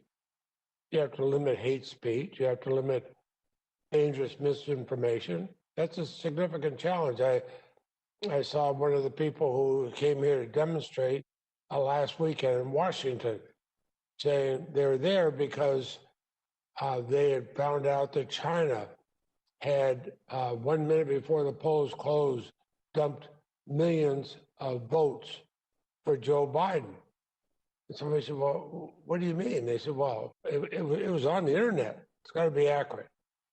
But now your platforms have taken some positive steps. I mentioned that one thing, and I hear from people all the time who stop me with some of these misinformation, sometimes very dangerous misinformation. They've gotten it from your platforms. And I have to think you can and must do better. You know, our security, I think even our democracy, understanding a basic truth depends upon you doing a better job. President Obama described the escalating erosion of the acceptance of facts, of science, of clear evidence as truth decay. Well, without facts, it's hard to imagine how a government by and for the people can exist, and your platforms can bring people together. I think often they act as a form of driving people apart. Now, during this election, President Trump has emerged as the most prominent distributor of false and misleading election information. He still does it. It's nothing short of propaganda. Without evidence, he routinely claims the election was rigged, says that states actually cheated and fixed the results. He even claims that millions of Trump votes were deleted. And he's doing that while his own Department of Homeland Security is saying the election was the most secure in American history. And there's no evidence that any voting system deleted or lost votes, changed votes, or was any way compromised. That's what our own U.S. government is saying, when the head of government, the president, is saying just the opposite. So it may make him feel better about the fact that he lost badly, but we shouldn't have to put up with it. So I have a question for both of you. Has Facebook or Twitter conducted an in-depth post-mortem review of election misinformation spread on your platforms? Not just what you labeled, but how far the misinformation reached. Have you done that kind of a post-mortem? Senator, we will do that analysis, and also we are commissioning and working with independent academics to enable them to do the studies themselves and to publish what they find without any intervention or permission required from Facebook. Thank you, Anne. And we are doing the same, including opening up our APIs to researchers to make sure that others are able to see what we may not see ourselves. Will that be made available to us? Can other people see that results of that that study you're going to do? Both of you, I'd ask. Senator, yes, the academic research is going to be public, and the academics are going to be able to publish this themselves without even having to get Facebook's approval over what they publish. Thank you. Mr. Dorsey? And we'll make our reports and findings public as well, so everyone can learn. I'll look forward to reading them. And I'm actually and one member of the Senate will actually read them. So thank you. Because, you look at some of the things that went on. There was I know Senator Blumenthal and others have raised this question about the Steve Bannon putting on a video. Think of what it did. It called for the murder, the beheading of Dr. Fauci and the director of the FBI, Christopher Wray. Just think what that does. I mean, the FBI director travels with security all the time. Dr. Fauci and his family are private citizens. They're calling for their beheading. And it was seen by, I think, 200,000 people on Facebook. Well, now, if you're going to have somebody threatening to murder somebody, what do you do? What do you do about that? I mean, how do you catch that in a hurry? Because, I mean, I was a prosecutor. I prosecuted murderers, and we didn't have to face this kind of threat at that time. But what do you do when hundreds of thousands of people see a threat, go murder somebody? Senator, in that case, that content violated our policies and we took it down. And as has been the subject of some of the other questions, if someone had multiple offenses like that, we would remove their whole account. Well, that I'm sure that's the threat that if they multiple times say go out and murder somebody, cut off their head, we're going to face a real problem. Facebook will take down our posting. Oh my goodness, what a deterrent. So, Senator, what we try to do is identify content that violates our policy before anyone in the community has to see it or even report it to us. And for some categories like terrorism, which I've cited before, about 98 or 99% of the content that we take down our AI and human systems find before anyone even has to report it to us. On hate speech, we're up to 94% of the content that we take down. Our AI systems and content reviewers find it before people have to report it to us. What we try to drive on more effectiveness is basically finding more and more of that harmful content earlier before it is seen broadly across our system. Well, let me ask you about that because we've had these discussions before. I'm deeply concerned about Facebook's role in spreading hate speech in Myanmar. Hate speech that helped fuel a genocide against the Muslim Rohingya people. And I mean, horrible. I've seen the pictures. I've seen what's happened to the genocide. Now, you've made some progress about this since you and I talked about it last. But my understanding is that Facebook shuts down specific accounts that violate your content-related policy, but then that user can, of course, just create a new account. In Myanmar, for example, on October 8th, Facebook took down 38 inauthentic accounts created and controlled by members of the Myanmar military, in part to promote anti-Rohingya content. And I compliment you for doing that. But the Myanmar military just turned around and created new accounts to promote the same content.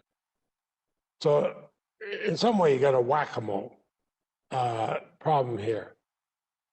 But is there a way that you can stop these things, not just at the account level, but at the user level? And I use that as an example because people are being murdered in a systematic genocide. Please answer Senator Leahy's question, then we'll need to move on. But go ahead. Well, and I'm sorry to take long, but the previous questioner took all his time plus all the time that had been allotted to me. Yeah, no, we're at 2.5 minutes, and let's just wrap it up, but go ahead and answer the question. Senator, you're correctly pointing out that we did disable certain generals in the Myanmar military as dangerous figures, and they are not allowed to sign up for new accounts. But as you point out, these kind of integrity problems are not ones that there's a silver bullet or where you can ever fully solve them. We will always be working to help minimize the prevalence of harm, in the same way that a city will never eliminate all crime. You try to reduce it and get it and have it be as little as possible. And that's what we try to do through a combination of building AI systems to identify harmful content up front, hiring thousands of people and tens of thousands of people to do content review, and partnering with organizations, whether it's in the intelligence community, law enforcement, election officials, or in Myanmar, local civil society, to help us flag things that we should be aware of and on high alert about. Thank you, Mr. Chairman. I'll have some questions for the record for both of the witnesses. Thank you very much, Senator Lay. I appreciate that. Senator Cruz. Thank you, Mr. Chairman. Facebook and Twitter and Google have massive power. They have a monopoly on public discourse in the online arena. I will say it's dismaying listening to the questions from our Democratic colleagues, because consistently the message from Senate Democrats is for Facebook and Twitter and Google to censor more, to abuse their power more, to silence voices that Senate Democrats disagree with more.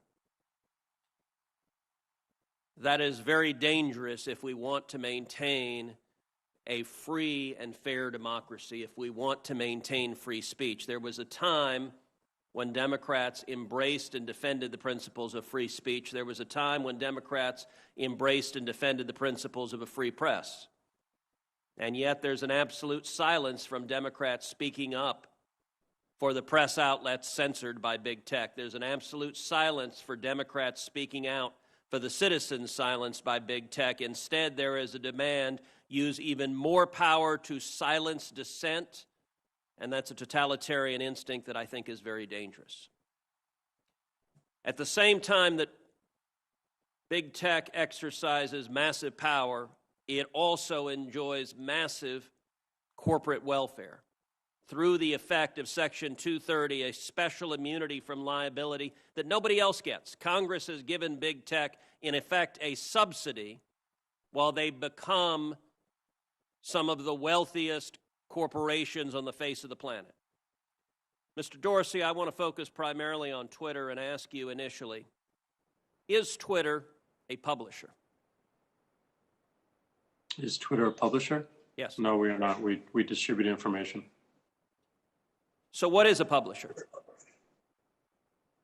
An entity that is publishing under editorial guidelines and decisions.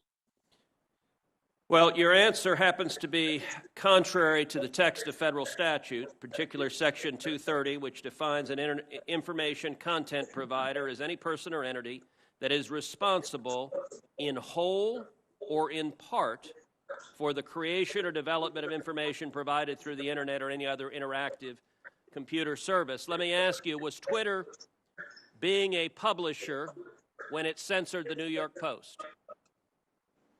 No, we have very clear policies on the conduct we enable on the platform. And if there's a violation, we take an enforcement action, and people choose to commit to those policies and to those terms of service.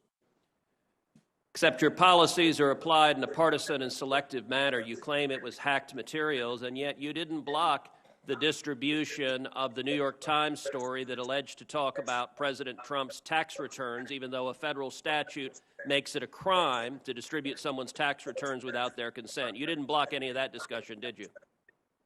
Our policy was focused on distribution of the actual hacked materials. Did you block the discussion of the president's tax return material? And in the New York Times case, we interpret it as reporting about the hacked materials. Did you block Edward Snowden when he illegally released material? I don't have the answer to that. The answer is no. You haven't used this in a selective manner. Let me ask you, were you being a publisher when you forced Politico and other journalistic outlet to take down their tweets on a topic that you had deemed impermissible? No. We were enforcing our policy and our terms of service. So on October 15th, Jake Sherman, a reporter at Politico, tweeted the following. I tweeted a link to the New York Post story right after it dropped yesterday morning. I immediately reached out to the Biden campaign to see if they had any answer. I wish I'd given the story a closer read before tweeting it. Twitter suspended me. So you actually have a reporter reporting on a story, asking the other side for comment, and Twitter says, hi, Jake Sherman, your account at Jake Sherman has been locked for violating Twitter rules. Now, what did the Politico reporter do? Immediately tweets after that, my goal was not to spread information. Well, that's a little worrisome just in and of itself. My goal was to raise questions about the story. Oh, my overlords in Silicon Valley, I was attacking the New York Post. You don't understand. I was attacking them, as I did in subsequent tweets, and see how the Biden campaign was going to respond. They later did respond. And then, not long after, Jake Sherman comes back with, my account is clearly no longer suspended. I deleted the tweet. When Twitter is editing and censoring and silencing, the New York Post, the newspaper with the fourth highest circulation in the country, and Politico, one of the leading newspapers in the country, is Twitter behaving as a publisher when it's deciding what stories reporters are allowed to write and publish and what stories they're not? No, and that account was not suspended. It fell afoul of the hacked materials policy. We realized that there was an error in that policy and the enforcement. Hold on, I'm literally looking at the tweet from Twitter that says your account has been locked. You're telling me that this is not an accurate... That's a lock and can be unlocked when you delete the... I understand that you have the star chamber power. Your answer is always, well, once we silence you, we can choose to allow you to speak.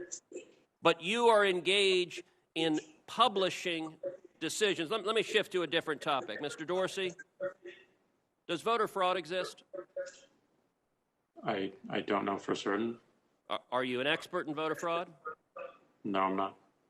Well, why then is Twitter right now putting purported warnings on virtually any statement about voter fraud? We're simply linking to a broader conversation so that people have more information. No, you're not. You put up a page that says, quote, voter fraud of any kind is exceedingly rare in the United States. That's not linking to a broader conversation. That's taking a disputed policy position, and you're a publisher when you're doing that. You're entitled to take a policy position, but you don't get to pretend you're not a publisher and get a special benefit under Section 230 as a result. That link is pointing to a broader conversation with tweets from publishers and people all around the country. Mr. Dorsey, would the following statement violate Twitter's policies? Quote, absentee ballots remain the largest source of potential voter fraud. I imagine that we would label it so that people can have more context and read through. How about this quote? Quote, third-party organizations, candidates, and political activists voter fraud is particularly possible where, quote, third-party organizations, candidates, and political party activists are involved in, quote, handling absentee ballots. Would you flag that as potentially misleading? I don't know the specifics of how we might enforce that, but I imagine a lot of these would have a label pointing people to a bigger conversation. Well, you're right. You would label them because you've taken the political position right now that voter fraud doesn't exist. I would note both of those quotes come from the Carter-Baker Commission on Federal Election Reform. That is Democratic President Jimmy Carter and former Secretary of State James Baker. And Twitter's position is essentially voter fraud does not exist. Are you aware that just 2 weeks ago in the state of Texas, a woman was charged with 134 counts of election fraud? Are you aware of that? I'm not aware of that. If I tweeted that statement with a link to the indictment, would you put a warning on it that says, well, the Democratic Party position right now is voter fraud doesn't exist? I don't think it's useful to get into hypotheticals, but I don't believe so. You don't believe so? Well, we're going to test that because I'm going to tweet that and we'll see what you put on it. All right. Yesterday, Mr. Dorsey, you and I spent a considerable amount of time on the phone, and you said that you wanted to embrace transparency. So I want to ask you, I have asked Twitter, I've asked Facebook multiple times, How many times have you blocked Republican candidates for office, their tweets or their posts in 2016 and 2018 and 2020? How many times have you blocked Democratic candidates for office? How many times have you blocked Republican office holders? How many times have you blocked Democratic office holders? Twitter has repeatedly refused to answer that question with specific hard data and cataloging the examples. In the interest of transparency, which you said you want to embrace, will you commit in this hearing right now to answer those questions in writing? And That's we'll exactly let that what be we the want to last do. question. Okay. I'm sorry, Mr. Dorsey, I didn't hear you. That's exactly what we're pushing for as we think about building upon 230. Is that a yes that you will answer those questions in writing? Transparency, not just of outcomes, but also our process as well. Is that a yes that you will answer those questions in writing? We'll certainly look into it and see what we can do. And actually answer them and not give lawyerly doublespeak about why you're not going to give specifics. Answer them. Will you commit to this committee that you will answer those questions? We're going to work to answering broader transparency around outcomes. All right, that's a no. Mr. Zuckerberg, how about you? Will you commit that Facebook will answer those specific questions, cataloging the number of instances in which Democrats in 16, 18, and 20 have been silenced versus the number of instances in which Republicans have been silenced on Facebook? Senator, I'm not sure if we have that data available, but I will follow up with you or your team. Okay, I'm going to take that as a yes, and I'm going to take Twitter. We'll see if it's a yes or transparency is bogus and we don't intend to provide it. Senator Durbin. Thank you, Mr. Chairman. We live in a dangerous world. Issues of national security, the worst pandemic, public health crisis in modern times in America, and we are being challenged as to whether there's going to be a peaceful transition of power in America in the presidency. At that moment in time, we decided none of those topics were important, and what was important was to determine whether or not social media was discriminating against Republicans. It's an interesting question. I think there are more important and timely questions. We have a recount underway in Georgia. We have allegations made by the election officials there, where the Republican election officials, where they have faced literally death threats. We are trying to determine whether or not the social media instruments of America are fair to the Republican Party. I'm trying to struggle with this issue because I want to put it in a context, and maybe I can't. Maybe this is unique. We certainly know what the Constitution says when it comes to free speech, and we know what it meant over the years, New York Times versus Sullivan and others with publications. We certainly didn't suggest that anyone that used a telephone line for nefarious, illegal, banned activity somehow implicated the telephone company into it by its nature. And then came radio and TV, and we had to come up with new rules in terms of, at one time, equal time, fair content, and so forth. And now we have this new, relatively new mechanism of communicating information, and we're trying to determine what to do with it, whether to treat it like a newspaper publishing or treat it like some sort of a communications network alone. Section 230 is an attempt to do that, and I'm sure everybody finds fault with it. I'd like to ask the two witnesses if they would comment on the historical aspects of this particular debate, if they have any thoughts. Mr. Zuckerberg. Senator, one of the points in the discussion that I find interesting is people ask if the regulatory model should be more like kind of the news industry or more like telcos. But from my perspective, these platforms are a new industry and should have a different regulatory model that is distinct from either of those other two. I think it is not the case that we are like a telco and that there are clearly some categories of content, whether it's terrorism or child exploitation, that people expect us to moderate and address. But we're also clearly not like a news publisher in that we don't create the content and we don't choose up front what we publish. We give people a voice to be able to publish things. So I do think that we have responsibilities, and it may make sense for there to be liability for some of the content that is on the platform. But I don't think that the analogies to these other industries that have been created previously will ever be kind of fully the right way to look at this. I think it deserves and needs its own regulatory framework to get built here. Thank you. Would the other witness care to respond? From a historical perspective, 230 has created so much goodness and innovation. And, you know, if we didn't have those protections when we started Twitter 14 years ago, we could not start. And that's what we're most concerned with, is making sure that we continue to enable new companies to contribute to the internet, to contribute to conversation.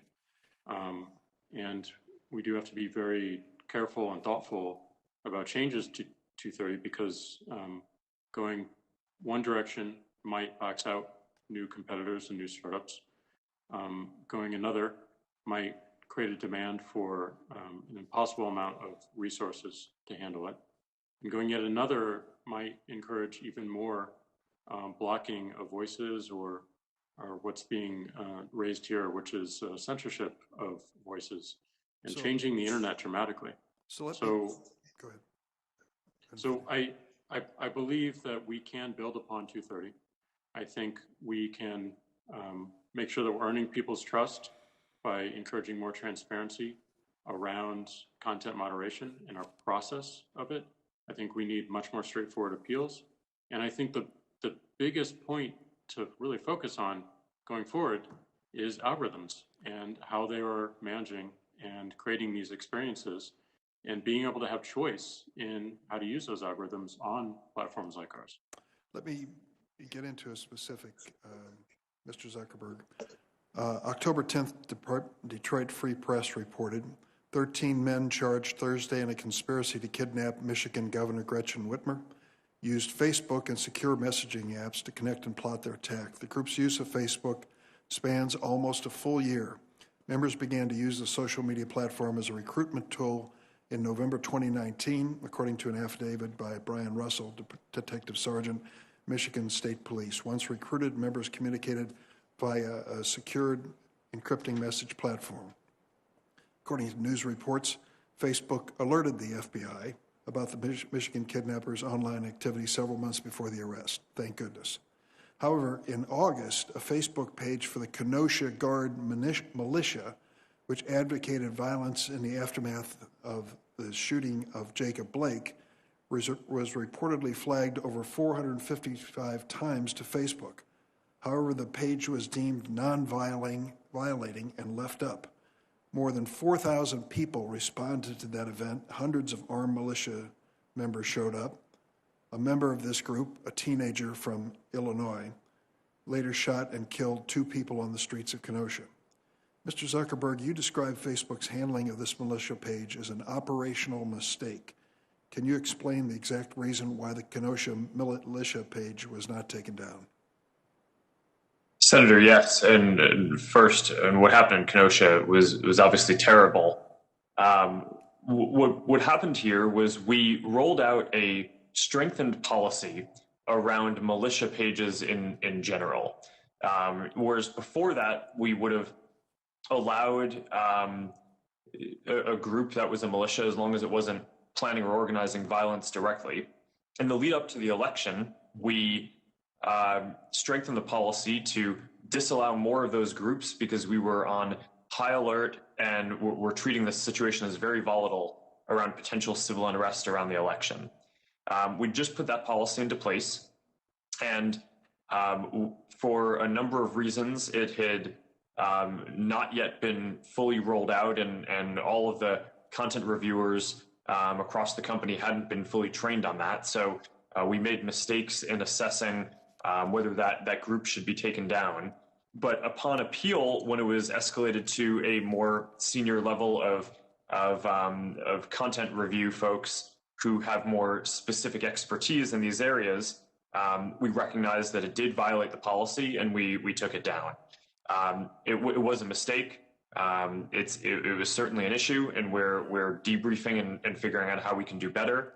Although one other piece that I would add is that the person who carried out the shootings was not in any way connected to that page or linked to any of the content there from anything that we or others can tell. Mr. Chairman, if I can ask one more question. Yesterday, the FBI released its annual hate crime incident report. The report found that more people were killed in hate-motivated violence in 2019 than any year since the FBI began collecting hate crime data in 1990. The report also found that race-based hate crimes remain the most common type of hate crimes last year, and documented increase in religion-based hate crimes, anti-Hispanic hate crimes, and hate crimes targeting individuals based on gender identity. Given these statistics, it appears to me that it's more important than ever for social media companies to combat hate on their platforms. And I might add to one of my colleagues who stated earlier, this is not Antifa, but these are documented hate crimes from FBI. Muslim advocates, Muslim have reached out to you many times, Mr. Zuckerberg, about this issue relating to published content that reflects on certain religious groups. And you said at a hearing you do not allow hate crimes on Facebook. Yet in May 2020, the Tech Transparency Project found more than 100 American white supremacist groups, many of them explicitly anti-Muslim, active on the platform both on their own group pages as well as auto-generated content. Facebook did nominally alter some of the content, but the hate groups largely remained. Are you looking the other way, Mr. Zuckerberg, in a potentially dangerous situation? No, Senator. This is incredibly important, and we take hate speech as well as incitement of violence extremely seriously. We banned more than 250 white supremacist organizations and treat them the same as terrorist organizations around the world. And we've ramped up our capacity to identify hate speech and incitement of violence before people even see it on the platforms. Our AI and human review teams, you can track our results in the transparency reports that we issue, now take down about 94% of the hate speech that we find on our platforms before anyone has to even report it to us, which is a dramatic amount of progress from where we were a few years ago, where when we were just starting to ramp up on this, we're taking about 20% of it down before people had to report it to us. So there's still more progress to make.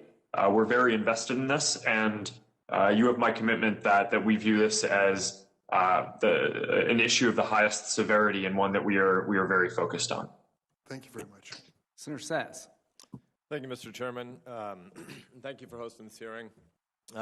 Clearly important topics around content moderation. I'm a skeptic of the content moderation policies that exist, both because I don't think the standards are very transparent and I don't think the execution is very consistent.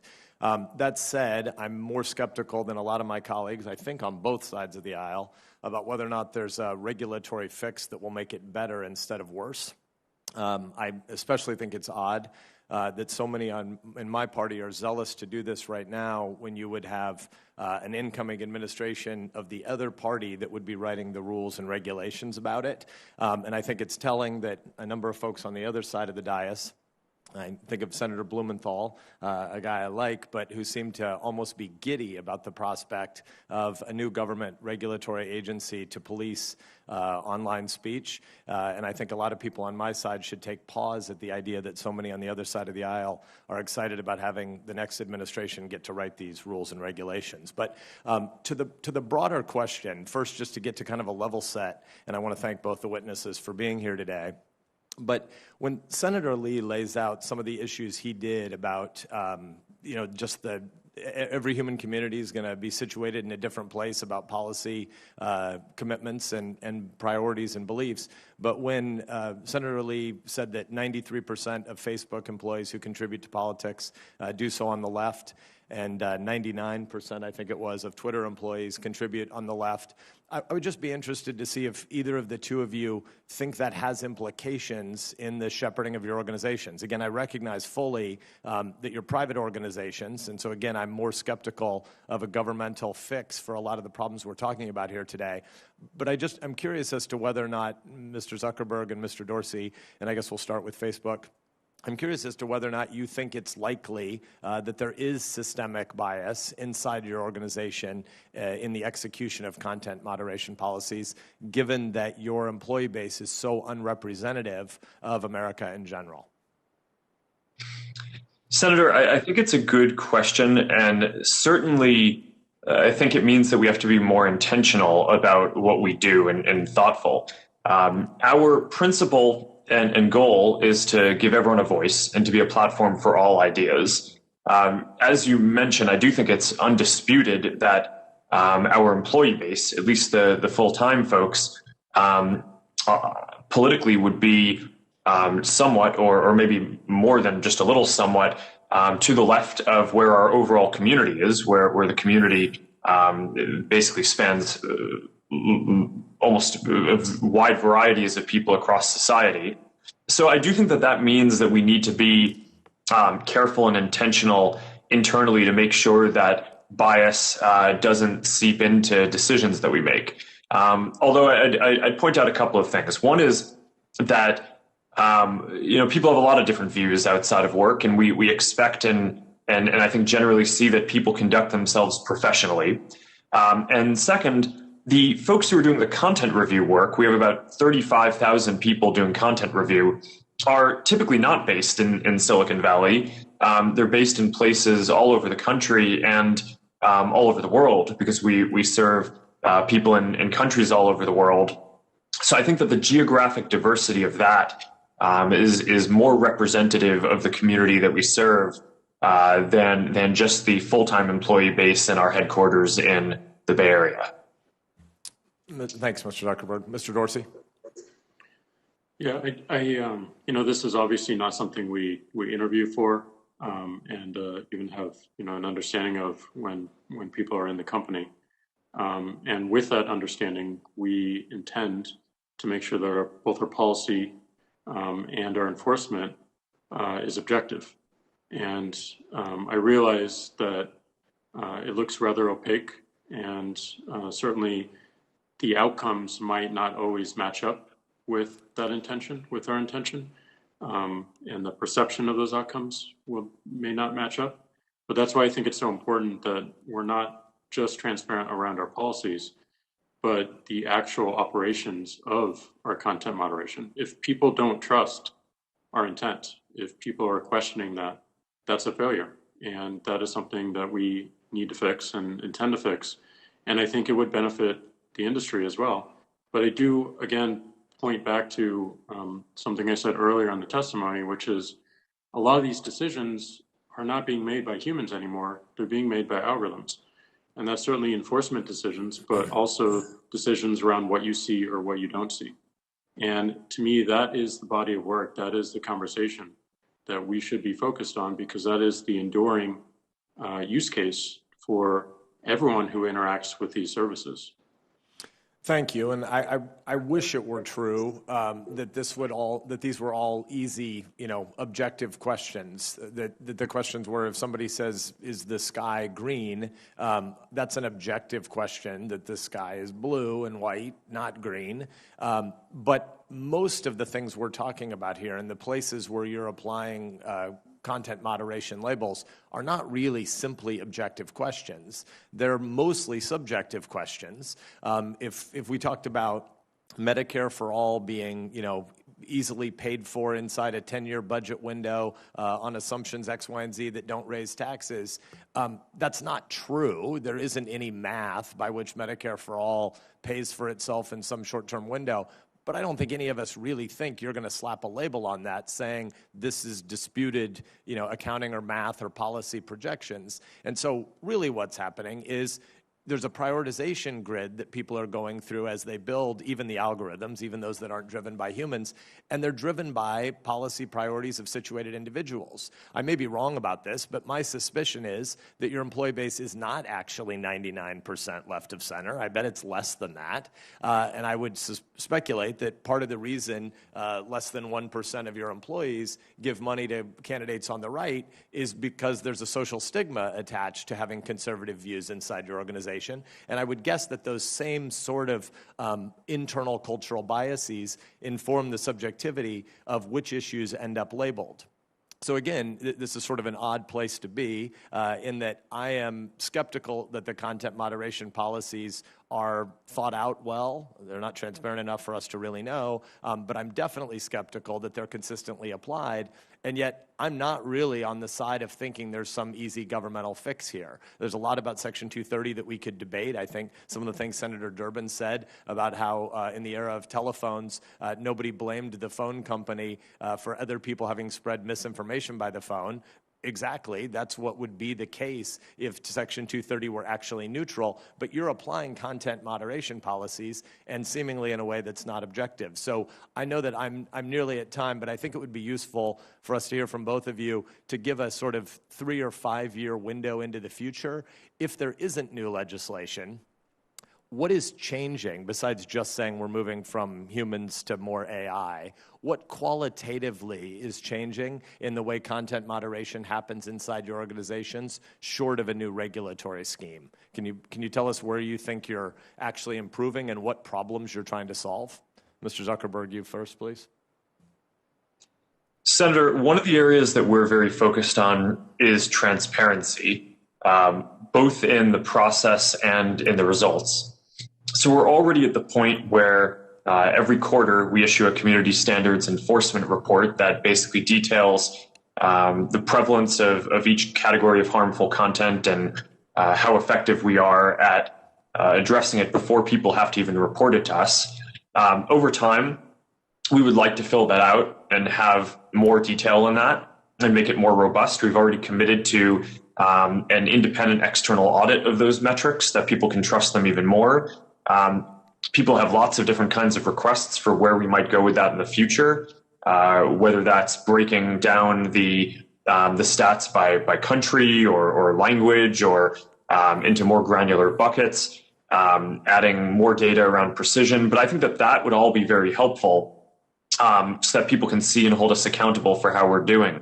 And for what it's worth, I think that would be a valuable part of a regulatory framework that would not feel particularly overreaching to me, is something that could be put in law that would create an apples to apples framework that all companies in this space would have to report on the outcomes and effectiveness of their programs in that way. So at least we can see how everyone is doing. That seems like a sensible step to me. Thank you. Mr. Dorsey. Senator Whitehouse. Oh, sorry, Mr. Dorsey's still answering the same question, and then I'll give it back to you in a hurry, Mr. So Lay. sorry, I missed that. It's a junior acting chairman. Mr. Dorsey. Thank you. Well, I mean, if we're considering 3 to 5 years out, I think the realization that a centralized global content moderation system does not scale, and we need to rethink how we operate these services. And I would point to, we certainly need transparency around any process that we have and around the practice and the outcomes of those moderations. But I think having more control so that individuals can moderate themselves, pushing the power of moderation to the edges and to our customers and to the individuals using the service is something we'll see more of. And I also believe that having more choice around how algorithms are altering my experience and creating my experience is important. So being able to turn off ranking algorithms, being able to choose different ranking algorithms that are found, written by third-party developers and somewhat of an algorithmic marketplace, I think is important and a future that would excite and energize us. Thank you. I've appreciated my interaction with both of your companies in the run-up to this, and I think both of you said some meaty things there about ways we can move toward greater transparency, so I'll follow up again. Thank you, Mr. Chairman. Thank you. Senator Whitehouse. Thank you, Chairman. Gentlemen, let me start with just a moment's history to give some context to my questions. When the tobacco industry discovered that its product was deadly, it responded to that news with a systematized program of denying that set of facts. The upshot for the tobacco industry was not great. It was found in federal court to have been engaged in massive fraud and was put under court order to cease its fraudulent behavior. At around the same time, the fossil fuel industry began to run into a similar problem regarding the effects of its product, and it picked up the tobacco industry scheme kind of where it left off, including using some of the same individuals, some of the same entities, many of the same methods as the tobacco industry's denial operation. These are persistent, highly motivated, very well-funded and complex information operations, not unlike a hostile intelligence service would run, and they are quite secretive. And we're now seeing a new form, I guess you'd call it election denial, happening around our country right now. So that's the background that I come at this from seeing, and I'm wondering if each of you see a difference between individual error and basically mass disinformation. Is there a difference between odd people with fringe views who offer personal opinions and an orchestrated plan of deliberate misinformation or disinformation that is driven by motivated interests, whether foreign or domestic?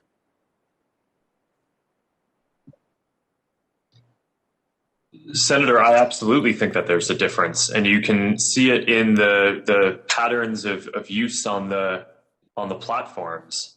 And in our policies and operations, we view these coordinated, inauthentic behavior operations, networks of fake and sometimes combining with real accounts to push out a message, but make it seem like it's coming from a different place than it is, or might be more popular than it is. This is what we saw the Internet Research Agency out of Russia do in 2016. And since then, a number of other governments and private organizations, including some companies like what you've mentioned, have engaged in this behavior. Now, the good news is that I think that the industry has generally gotten its systems to be a lot more sophisticated to defend against that in the last several years. It's a combination of AI systems that we've built to find networks of accounts that aren't really behaving quite the way that a normal person would, coupled with large numbers of content reviewers, sometimes with expertise in counterterrorism or counterintelligence, and then some signal sharing, whether it's with the intelligence community, law enforcement, different groups that have expertise in different areas, and with other tech platforms. But this is a big effort on I think all of our sides to make sure that we can defend against this kind of interference, and I think we are getting better and better at it. Well, let me encourage you to persist. As you know, the last time you were here, you were asked about advertising paid for on Facebook denominated in rubles, which was not a very sophisticated scheme to be able to penetrate, but Facebook was unable to penetrate it, and your upgrade from that original setup was simply to allow a shell corporation to intermediate between the real actor and not. So I encourage you to continue to try to make sure that real voices are what are heard on Facebook. Mr. Dorsey, let me turn to you and ask you the same question in the context of bots.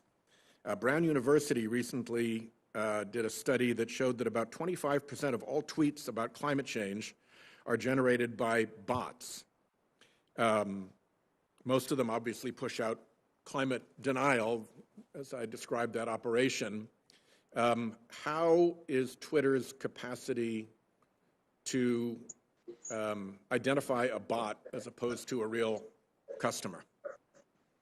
Well, to build off your previous question, I do think there is a difference, as Mark said, and I do think there are many coordinated campaigns to manipulate the public conversation, to divide people all around the world, to confuse and generally to distract. And we do have policies and enforcement to prevent as much of this as possible. It is a growing threat, and it shows no signs of slowing down. Bots are one way that entities do this. Sometimes it may look like a bot, but it's actually a human that is organized with other humans for a particular agenda. So it is challenging. We are doing work right now to better identify bots on our service. Let me just interject, Mr. Dorsey, real quick. As a baseline proposition, do you agree that a bot does not deserve a voice on your platform, that it should be actual people and organizations? I don't agree with that as a high level. I think we should be labeling bots so that people have greater context for what they're interacting with. Fair enough. There are plenty of bots on our service that provide a valuable function, and I wouldn't want to take that away. Let me ask both of you, and maybe you can supplement this with the answer in writing for the record, because my time is getting short and this is a complicated question.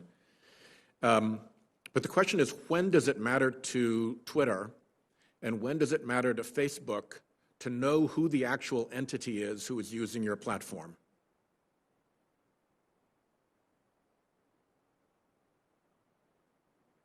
Let me start with you, Mr. Dorsey, since Mr. Zuckerberg went first last time. And you can defer to a written answer if you like, because my time's running very short.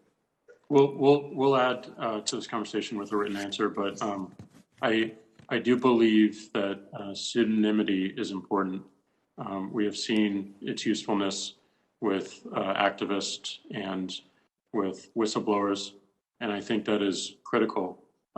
But certainly there are times, and it's judged by a severity of potential outcomes, where we need to dig into identity and take actions. We'll follow up with that, and let me just ask you, since my time has expired, Mr. Zuckerberg, to respond, or have your organization respond in writing. Thank you. Thank you. Before we, Senator Whitehouse brought up something very important, and I'm going to add this as directly as I can. To Facebook and Twitter, do you have any internal research or evidence to suggest that your platforms can be addictive? Mr. Zuckerberg. Senator, I think we can follow up with a summary of research that we have, but from what I've seen so far, it's inconclusive, and most of the research suggests that the vast majority of people do not perceive or experience these services as addictive or have issues. But I do think that there should be controls given to people to help them manage their experience better. Okay. And this is something that we're very focused on. Mr. Dorsey. I'm not aware of internal research, but we can follow up. But I do think, like anything else, these tools can be addictive, and we should be aware of that, acknowledge it, and make sure that we are making our customers aware of better patterns of usage. So the more information, the better here. Thank you. Senator Hawley. Thank you, Mr. Chairman. In the late 19th century, the heads of the biggest corporations in America, the robber barons, got together and they set rates, they set prices, they determined how they would control information flow, they determined how they get rid of competition. And I'll be darned if we aren't right back there again. Except for this time, you're the robber barons. Your companies are the most powerful companies in the world, and I want to talk about how you're coordinating together to control information. In recent days, my office was contacted by a Facebook whistleblower, a former employee of the company with direct knowledge of the company's content moderation practices, and I want to start by talking about an internal platform called Tasks that Facebook uses to coordinate projects, including censorship. The Tasks platform allows Facebook employees to communicate about projects they're working on together. That includes Facebook's censorship teams, including the so-called community well-being team, the integrity team, and the hate speech engineering team, who all use the task platform to discuss which individuals or hashtags or websites to ban. Now, Mr. Zuckerberg, you're familiar with the task platform, aren't you?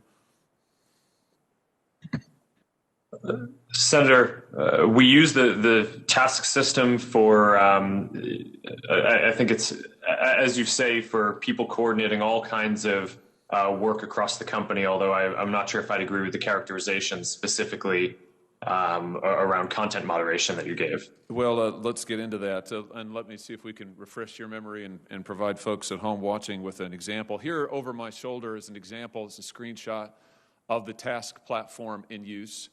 You'll notice if the cameras zoom in, several references to election integrity throughout on these lists of tasks. Again, this is shared across Facebook's sites, company locations, by working groups.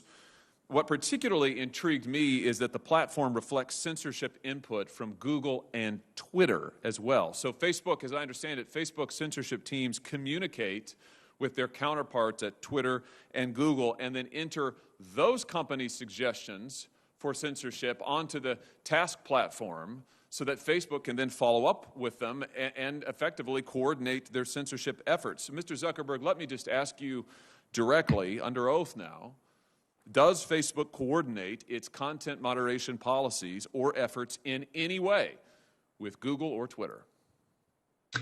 Senator, let me be clear about this. We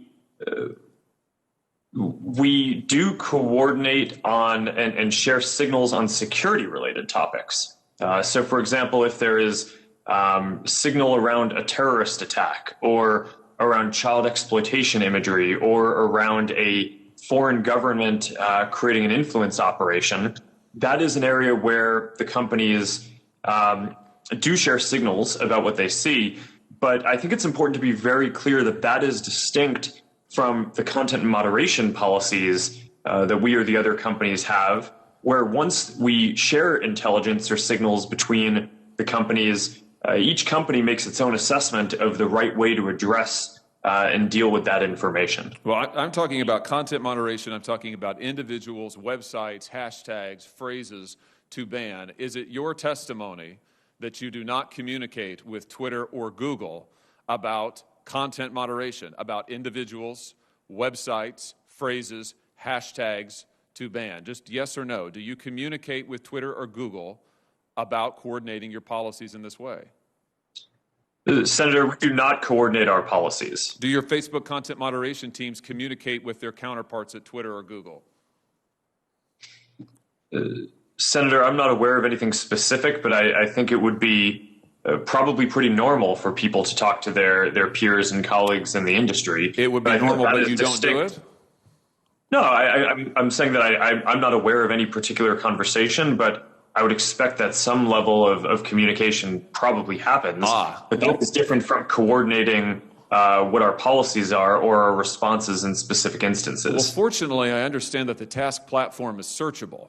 So will you provide a list of every mention of Google or Twitter from the tasks platform to this committee? Senator, that's something that I can follow up with you and your team after on.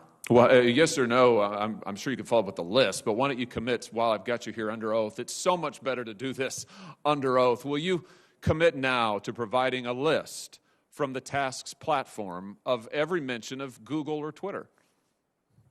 Senator, respectfully, I'm without having looked into this, I'm not aware of any sensitivity that might exist around that, so I don't think it would be wise for me to commit to that right now, so but I would be happy to follow. How many items on the task platform reflect that Facebook, Twitter, and Google are sharing information about websites or hashtags or platforms that they want to suppress? Senator, I do not know. Will you provide a list of every website and hashtag that Facebook content moderation teams have discussed banning on the task platform? Senator, again, I would be happy to follow up with you or your team to discuss further how we might move forward on that. But without will you commit to it here? here? Senator Cruz and Senator Lee both asked you for lists of individuals, websites, entities that have been subject to content moderation. You expressed doubt about whether any such information exists, but you've also now said that the task website, you've acknowledged the task platform exists, that it is searchable. So will you commit to providing the information you have logged on the task website about content moderation that your company has undertaken? Yes or no? Senator, I think it would be better to follow up once I've had a chance to discuss with my team what any sensitivity around that would be that might prevent the kind of sharing that you're talking about. But once I've done that, I would be happy to follow up. All right. So you won't commit to do it here. We could, of course, subpoena this information, but I'd much rather get it from you voluntarily. But I think let everybody take note that Mr. Zuckerberg has now repeatedly refused to provide information that he knows that he has and has now acknowledged that he has, that Tasks has under oath. Let me switch to a different topic. Mr. Zuckerberg, tell me about Centra. What is the Facebook internal tool called Centra? Senator, I'm not aware of any tool with that name. Well, let me see if this refreshes your memory. There's a demonstrative now over my shoulder. Centra is a tool that Facebook uses to track its users, not just on Facebook, but across the entire internet. Centra tracks different profiles that a user visits, their message recipients, their linked accounts, the pages they visit around the web that have Facebook buttons. Centra also uses behavioral data to monitor users' accounts, even if those accounts are registered under a different name. And you can see a shot here, a screenshot provided to us of the Centra platform. We blocked out the user's name in the interest of privacy, although you can see this individual's birth date and age, when they first started using Facebook, their last login, as well as all manner of trackings. How many different devices have they used to access Facebook? How many different accounts are associated with their name? What accounts have they visited? What photos have they tagged? And on and on and on. Mr. Zuckerberg, how many accounts in the United States have been subject to review and shut down through Centra? Senator, I do not know because I'm not actually familiar with the name of that tool. I'm sure that we have tools that help us with our platform and community integrity work. But I am not familiar with that name. Do you have a tool that does exactly what I've described and that you can see here over my shoulder? Or are you saying that that doesn't exist? Senator, I'm saying that I'm not familiar with it and that I'd be happy to follow up and get you and your team the information that you would like on this. But I'm limited in what I can, what I'm familiar with and can share today. It's always amazing to me, Mr. Chairman, how many people before this committee suddenly develop amnesia. Maybe it is something about the air in the room. Let me ask you this. When a Facebook employee accesses a user's private information, like their private messages or their personally identifiable data, is a record made of that, Mr. Zuckerberg? Sorry, Senator, could you repeat that? Is a record made of any time a Facebook employee accesses a user's private information, personally identifiable information, for example, messages? Is a record made any time a Facebook employee does that? Senator, I believe so. Does it trigger an audit?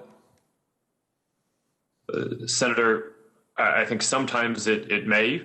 How many audits have been conducted? Senator, I do not know the exact number of Can you audits. give me a list? Senator, we can follow up on that to see what would be useful here. Will you? I'm almost finished, Mr. Chairman. Will you commit to giving us a list of the number of times Facebook employees have accessed users' personal account information without their knowledge? Yes or no? Senator, we should follow up on what would be useful here. It is, of course, in the operations of the company, if someone reports something, sometimes necessary for people at the company to go review and understand the context around what is happening when someone reports something. So this is fairly frequent and is a matter of course. We do have security systems that can detect anomalous patterns to flag. But we should follow up in more detail on what you're interested in. Mr. Chairman, I'll just say in closing that what we have here is clear evidence of coordination between Twitter, Google, and Facebook Mr. Zuckerberg knows he has the tools to track this, but he either doesn't remember or won't commit to letting us see it. We have evidence of Facebook tracking its own users all across the web. Mr. Zuckerberg won't answer questions about it, can't remember the name, isn't sure if the tool is deployed in this way, and won't commit to giving us basic information. I submit to you that this is both totally unacceptable and totally predictable, because it is exactly what these tech companies have done to the American people and to Congress for years now, which is why it is time we took action against these modern-day robber barons. Thank you, Mr. Chairman. Senator Klobuchar. Thank you very much, Mr. Chairman. I'm, as you know, the lead Democrat on the antitrust subcommittee, and I'm going to take a little different approach here than Mr. Hawley did when it comes to competition policy, because I understand why they might be coordinating when it comes to security. What I want to focus on is what I think we're seeing all over this country, not just in tech. We're seeing a startup slump. We're seeing more and more consolidation.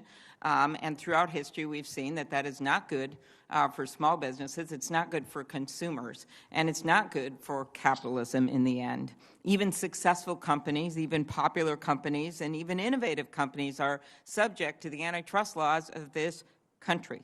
When I asked Mr. Pichai about this at the Commerce Committee hearing a few weeks ago, he said he told me Google was happy to take feedback, and my response was that the Justice Department already provided feedback in the form of a federal antitrust complaint. And I know there is investigation reportedly going on out of the FTC right now regarding your company, Mr. Zuckerberg. So I want to start with exclusionary conduct regarding excluding smaller competitors by limiting interoperability with the Facebook platform. The investigation that we saw in the House recently gave us a number of examples of companies, excluded companies, including Vine, Stacklum, MessageMe, and Arc. And my view is this conduct, exclusionary conduct, not only damaged the ability of these smaller businesses to compete, but it deprived customers of convenient access. You're one of the most successful companies, biggest companies in the world, Mr. Zuckerberg, Facebook.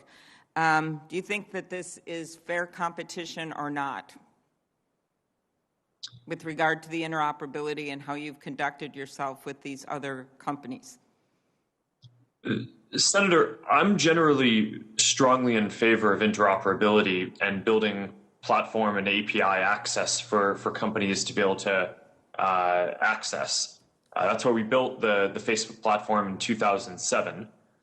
Some of the policies that you mentioned, I think came about because what we were seeing was not necessarily startups, but larger competitors like Google and some of our Chinese rivals from trying to access our systems in order to use their scale to compete with us better. And it just felt to us like at the time that wasn't the intent of what we were trying to enable. Okay, well, we may have a non-Chinese example here. I just want to know, I know that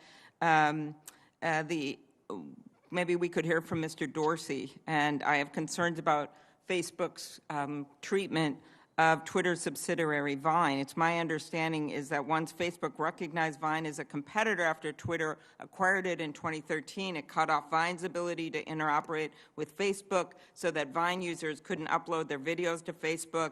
And then I think that Twitter shut down Vine in 2016. Mr. Dorsey, could you tell me about the actual impact of Facebook's actions on Vine's business, on Vine's ability to compete, and on your decision to shut down the service? And I know you're not a Chinese company.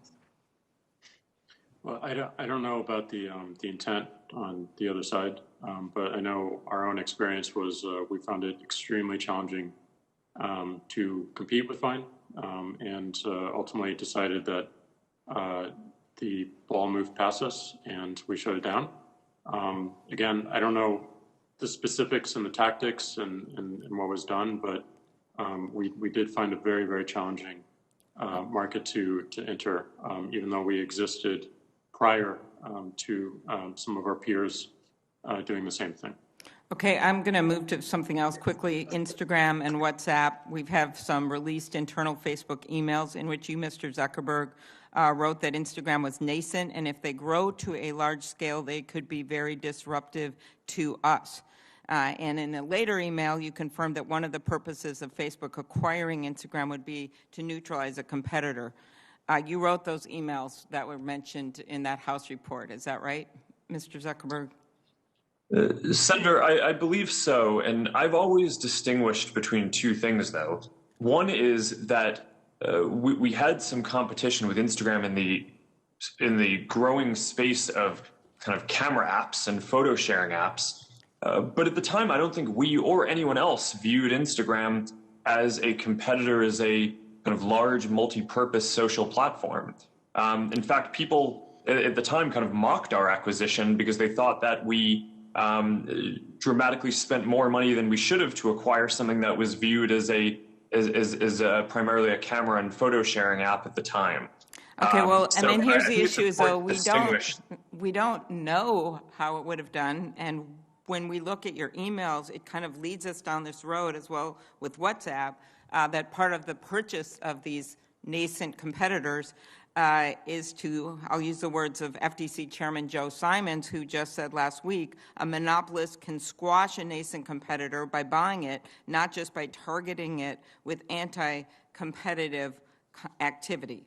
So I know that this is a subject of investigation. Maybe we'll be hearing something soon, but I think it's something the committee members better be aware of, not just with Facebook, but what's been going on with these deals that have gone through and how it's had led to more and more consolidation, and how we as the Senate, and I just talked to Chairman Graham about this last week, could actually do something about this by changing some of the standards in our laws to make it easier to bring these cases and not just involving tech. So I want to go to something here at the end, the political ad discussion we had in front of the Commerce Committee, Mr. Zuckerberg. I know you said that Facebook had made over $2 billion on political ads over the last few years. You said this was your, quote, relatively small part of your revenue. I know that, but it's a kind of a big part of the lives of politics when that much money is being spent on ads. This is a bill I actually have with Senator Graham.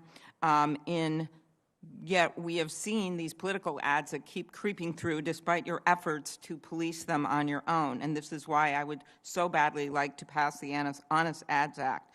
One ad that went through, it says, in 3 battleground states, ballots marked for Donald Trump had been discarded. Poll, will voter fraud only increase closer to November? So it stated in 3 battleground states, paid ad, ballots marked for Donald Trump have been discarded. This played between September 29th and October 7th, 2020, had up to 200,000 impressions. Does this ad violate Facebook's policy? Sorry, can you repeat what the ad was? The ad was an American Action News ad. They've advertised a lot of on your platform, and it said in 3 battleground states, ballots marked for Donald Trump had been discarded. This was pre-election. Senator, I don't know off the top of my head if that specific ad violates our policies. I'd be happy to follow up. Okay, would you commit to a policy where actual people's eyes, people could review these ads instead of just being hit with algorithm review? Senator, we do have review and verification of political advertisers before they can advertise. Okay, so does every ad go through a human being? Like the Senator, TVs do? I think our policy is that we want to verify the authenticity of anyone who's doing political or social issue advertising. And I think it's worth noting that our people reviewers are not in all cases always more accurate than the technical system. So are you saying a human being reviews every ad? It's just really yes or no, or I don't know. Senator, I don't know. Okay. I don't think so. Well, we'll follow up then in the written. And then you brought this cease and desist order against NYU for publishing a report that noting over the last 2 years, Facebook has not properly labeled approximately 37 million in political ads. Why would you not support this project? Why would you bring a cease and desist against them? Senator, is that the project that was scraping the data in a way that might have been that's your definition, but it's the FTC consent decree that we have? The reason it's happening is we haven't passed the Honest Ads Act, but so they're not violating privacy. They're trying to get the ads so people can see the ads, other campaigns, journalists, everyone. Senator, you know that I support the Honest Ads Act and agree that we should have that passed, and even before that, that we've implemented it across our systems. But I think in the case that you're referring to, that project was scraping data in a way that we had agreed in our FTC consent decree around privacy that we would not allow. So we have to follow up on that and make sure that we take steps to stop that violation. Okay, last, Mr. Dorsey, do you think there should be more transparency with algorithms? As part of this is not just, and I'm off of the ads now, I'm on just generically. Part of this is that people don't know how this data is going across the systems and across the platforms, and people basically are buying access, has been my impression, so that even if you say, like, what's the news in the last 24 hours, old stuff comes up, something's gone awry from the beginnings of this. Would it be helpful, do you think, if there was more transparency with algorithms? I do think it would be helpful, but it's technically very, very challenging to enforce that. I think a better option is providing more choice to be able to turn off the algorithms or choose a different algorithm so that people can see how it affects one's experience. Okay, thank you. And I ask that both of you look at the bill that Senator Kennedy and I have, the Journalism Competition and Preservation Act, to help the content providers negotiate with digital platforms. Thank you. Thank you. Senator Tillis. Thank you, Mr. Chairman. Thank you, gentlemen, for joining. Mr. Chairman, I know you've asked the question a couple of times about whether or not these platforms can be addictive. I think they probably can be based on what I've read in one of two ways. They could be just the nature of the personality and engagement in a tool that can that they can somehow relate to. But I also think there's a transactional addiction, and I think you also mentioned social dilemma. I think that's the use of analytics, which I don't criticize among the platforms, but it's the use of analytics to addict you to go down a certain path to produce a certain outcome.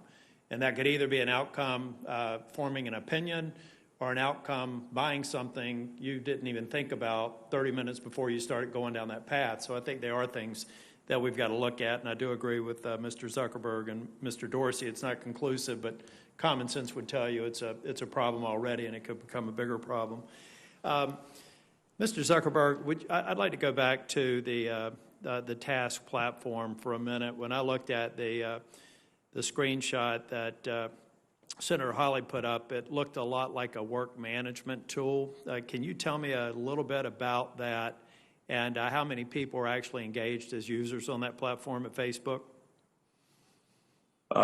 Senator, yes, thank you. I was a bit surprised by Senator Hawley's focus on our task system because all this is, it's a basic internal project management tool. It's exactly what the name sounds like. It's used by companies, by people across our company thousands of times a day to assign projects and track them. And it's used for all manner of different types of tasks across different people and teams. And do you know roughly how many Facebook, either contractors or full-time employees, are actually users of the task platform? I think that probably the majority of Facebook employees and people we work with have some interaction with the task system as part of some part of their work. It's basically just a company-wide to-do list.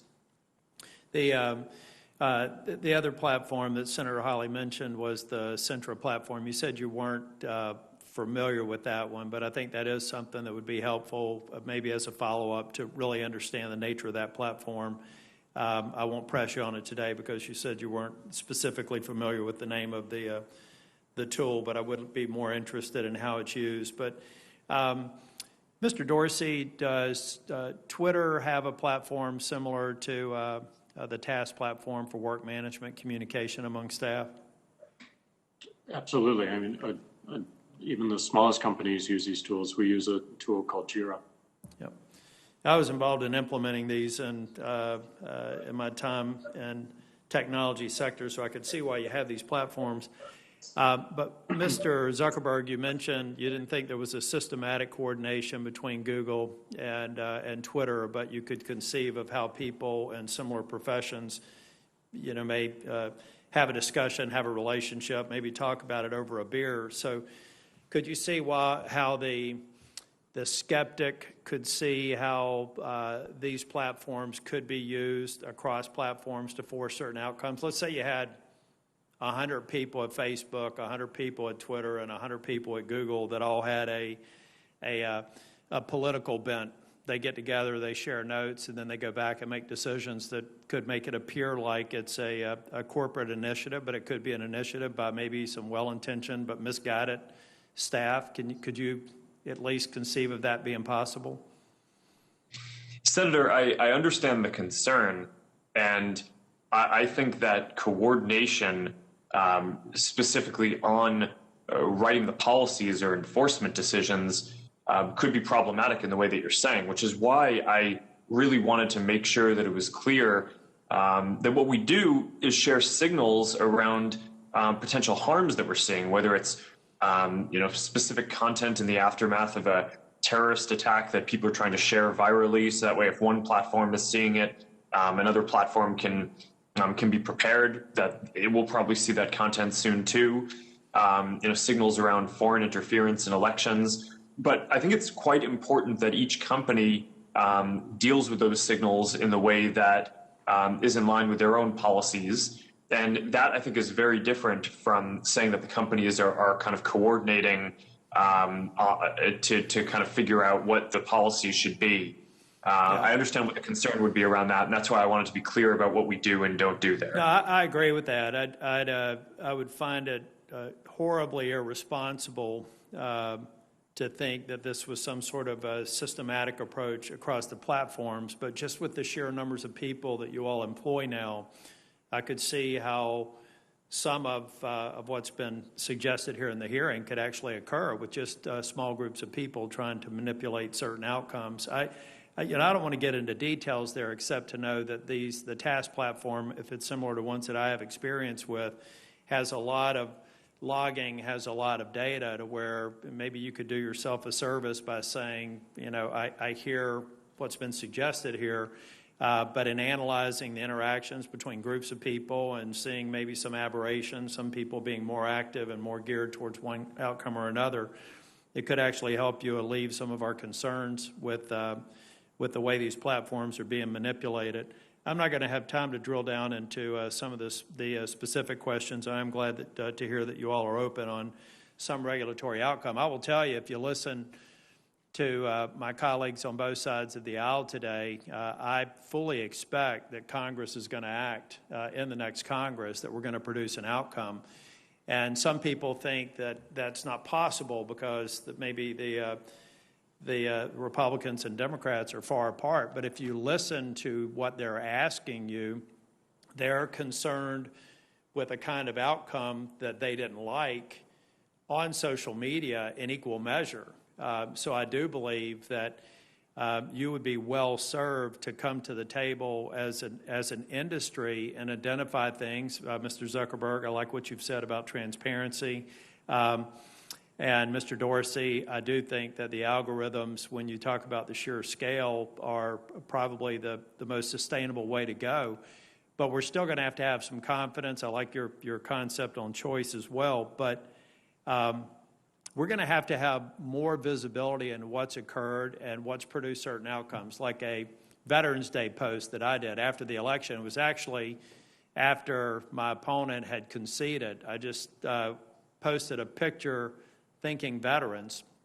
And for a period of time, I think it was suspended and directing people towards election results. I would like to think, if that was a result of an algorithmic decision, that my opponent, who almost certainly posted a veterans ad, and every other person who was up for election got a similar treatment. Because if they didn't, it would seem to me that there was some other factor in play if these algorithms are being applied to the base of, in that case,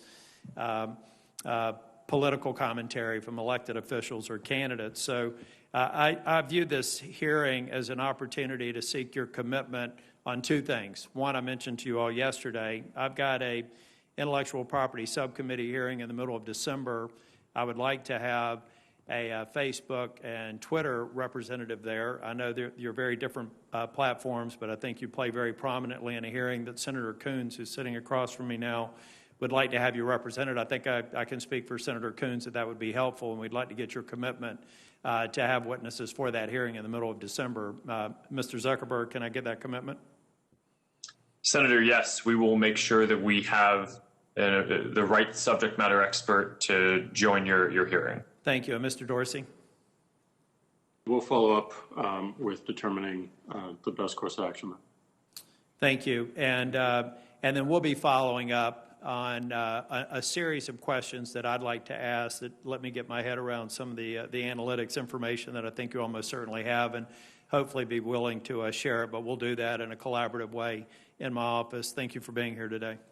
Thank you. We're going to take a 5-minute break. I think our witnesses have requested a break, and they certainly have earned it. And if that's okay with you, Senator Coons, we'll come back in about 5 minutes. Thank you.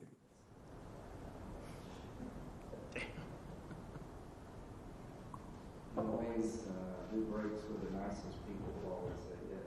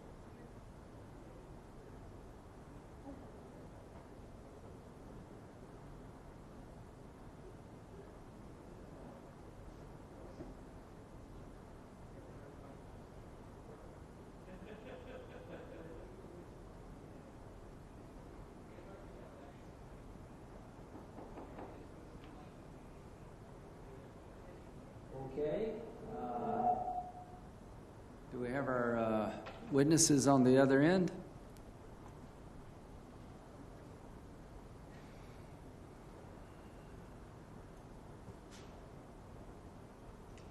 Mr. Zuckerberg, Mr. Dorsey?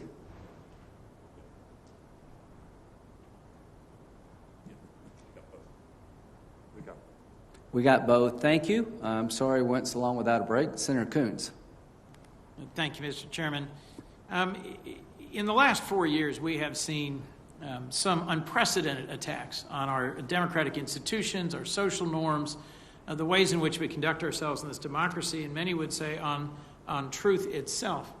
And in today's society, you can't talk about truth without also considering the impact of social media and social media platforms. So, if I might, Mr. Zuckerberg and Mr. Dorsey, free expression and open debate are, of course, core values of our society.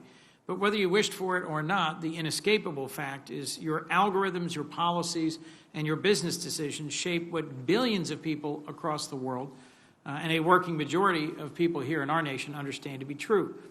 That's the case for election integrity, for a potential COVID-19 vaccine, for climate change, for hateful and dangerous stereotypes, and many other critical issues. I also want to recognize that it, in no small part, was the hard work of many, led by your ingenuity and resolve, that built these impressive American companies and revolutionized the way the world communicates. We need that same resolve to reckon today with what must be done to win our society's battle for truth. Mr. Zuckerberg, as you know, yesterday I sent you, along with 14 of my colleagues, a total of 15 senators, we sent you a letter urging Facebook to do more to address hate speech and calls to violence on the platform. We focused particularly on anti-Muslim bias, on an issue that warrants specific attention given the tragic consequences of anti-Muslim hate speech in Myanmar and Sri Lanka, in New Zealand, and right here in the United States. And I appreciate that Facebook has taken actions in response to these issues, but this letter points out why we need better metrics and transparency to actually evaluate your actions. So my colleagues and I urge better enforcement, in particular, of your call to arms policy, which could have made a difference in a recent tragedy in Kenosha, Wisconsin. You and I spoke last week. I appreciated our conversation. Can I count on you to provide specific and written responses to each of the questions in this letter, and then can we discuss them again? Senator, yes, I read your letter, and I commit to getting back in detail with our team to address the important topics that you've raised. And one of your questions that I can actually answer right now, I think it was your second question about reporting in our quarterly transparency reports about the prevalence of hate speech that we find on our platforms. We will actually be adding that metric into our transparency reports this Thursday when we announce our latest round of our latest transparency report.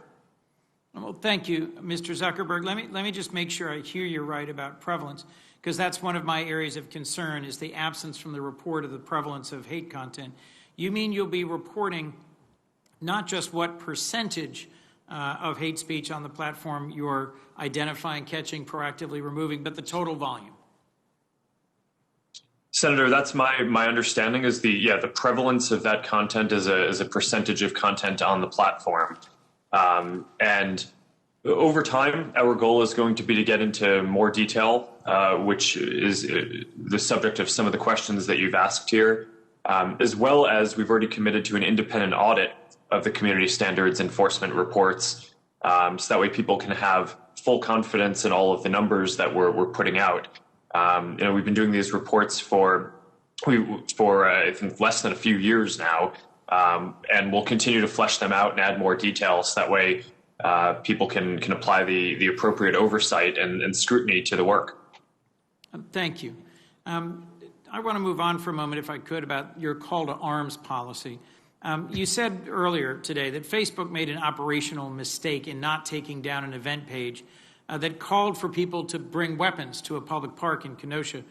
As I think we all know, there was a tragic incident of vigilantism in Kenosha where a young man brought his AR-15 from Illinois to Kenosha and ended up with 2 protesters dead and 1 injured. You indicated this was because this operational mistake was because Facebook had just adopted its militia policy a week earlier, and contractors without specialized training didn't pick up the violation. And I appreciate your frankness as to that in your answers to questions earlier today from Senator Durbin. But your response to Senator Durbin didn't mention that the event page also violated a separate call to arms policy in place for over a year that contractors aren't tasked to enforce. So I just have to ask as a follow-up, why didn't you before and also today reference the call to arms policy when reviewing what went wrong in Kenosha? Senator, my understanding is that that post did not necessarily violate that call to arms policy at the time. The call to arms policy does not prohibit anyone from saying, let's go get our guns and do something. For example, if people are organizing a hunting trip, that's obviously not going to be something that should be against the policies. But what we do on some of these policies, which I think I'm glad to get the opportunity to address this, is some of these are context specific and just require a higher level of context and expertise in the area to enforce. So we don't necessarily have all of the 35,000 reviewers assess every single one of these policies. So I can follow up in more detail if you would like on the call to arms policy and the nuance there specifically. But that's also a bit on how we operationalize these policies. Thank you for that answer. I do want to follow up because just facially it seemed to me that this was a violation of your own call to arms policy, but I look forward to that conversation. Mr. Dorsey, if I might, at a House Energy Committee hearing, I think it was 2 years ago, you committed to something that I was just discussing with Mr. Zuckerberg, an independent civil rights audit, but in your case of Twitter. The audit released by Facebook in July has proven invaluable to bringing sunlight to some key areas in which Facebook does need to improve. Will you follow through in your commitment and commission to this independent audit of Twitter? So we work with civil rights groups all over the country and around the world to get feedback. We're in constant conversation with them.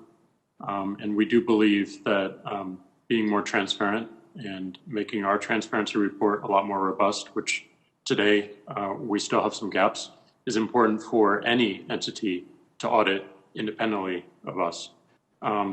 We believe that's important because an audit like that could take away from the work that we need to do. We'd rather provide the information in a raw format so that people can do that work.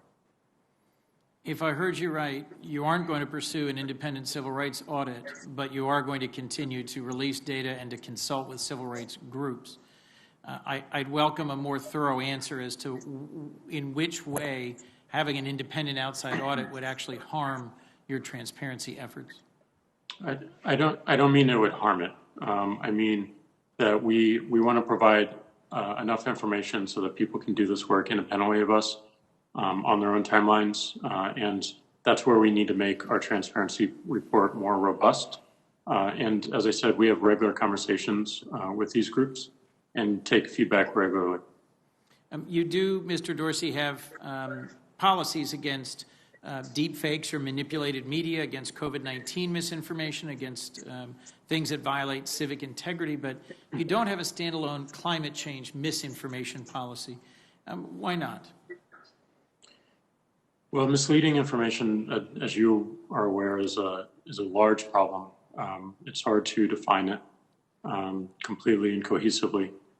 We wanted to scope our approach to start to focus on the highest severity of harm. We focused on 3 areas: manipulated media, which you mentioned, civic integrity around the election specifically, and public health specifically around COVID. We wanted to make sure that our resources that we have the greatest impact on where we believed the greatest severity of harm is going to be. Our policies are living documents. They will evolve. We will add to them. But we thought it important that we focus our energies and prioritize the work as much as we could. Well, Mr. Dorsey, and I'll close with this. I cannot think of a greater harm than climate change, which is transforming literally our planet and causing harm to our entire world. I think we're experiencing significant harm as we speak. I recognize the pandemic and misinformation about COVID-19, manipulated media also cause harm, but I'd urge you to reconsider that, because helping to disseminate climate denialism, in my view, further facilitates and accelerates one of the greatest existential threats to our world. So, and thank you to both of our witnesses. Thank you, Mr. Chairman. Senator Ernst. Thank you, Mr. Chair. And Mr. Zuckerberg and Mr. Dorsey, thank you both for being here with us today virtually and for your commitment to constantly improving the way your platforms are serving people across the country.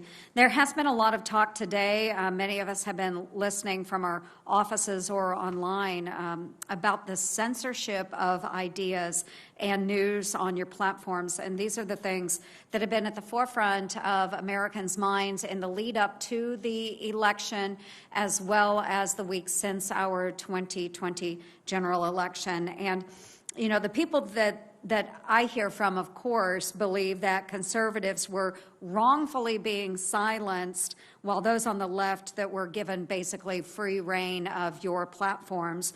And one of the points of contention that is often brought up is that you do recruit heavily from California, which leads to your employee base skewing quite heavily to the left. So my first question is for both of you.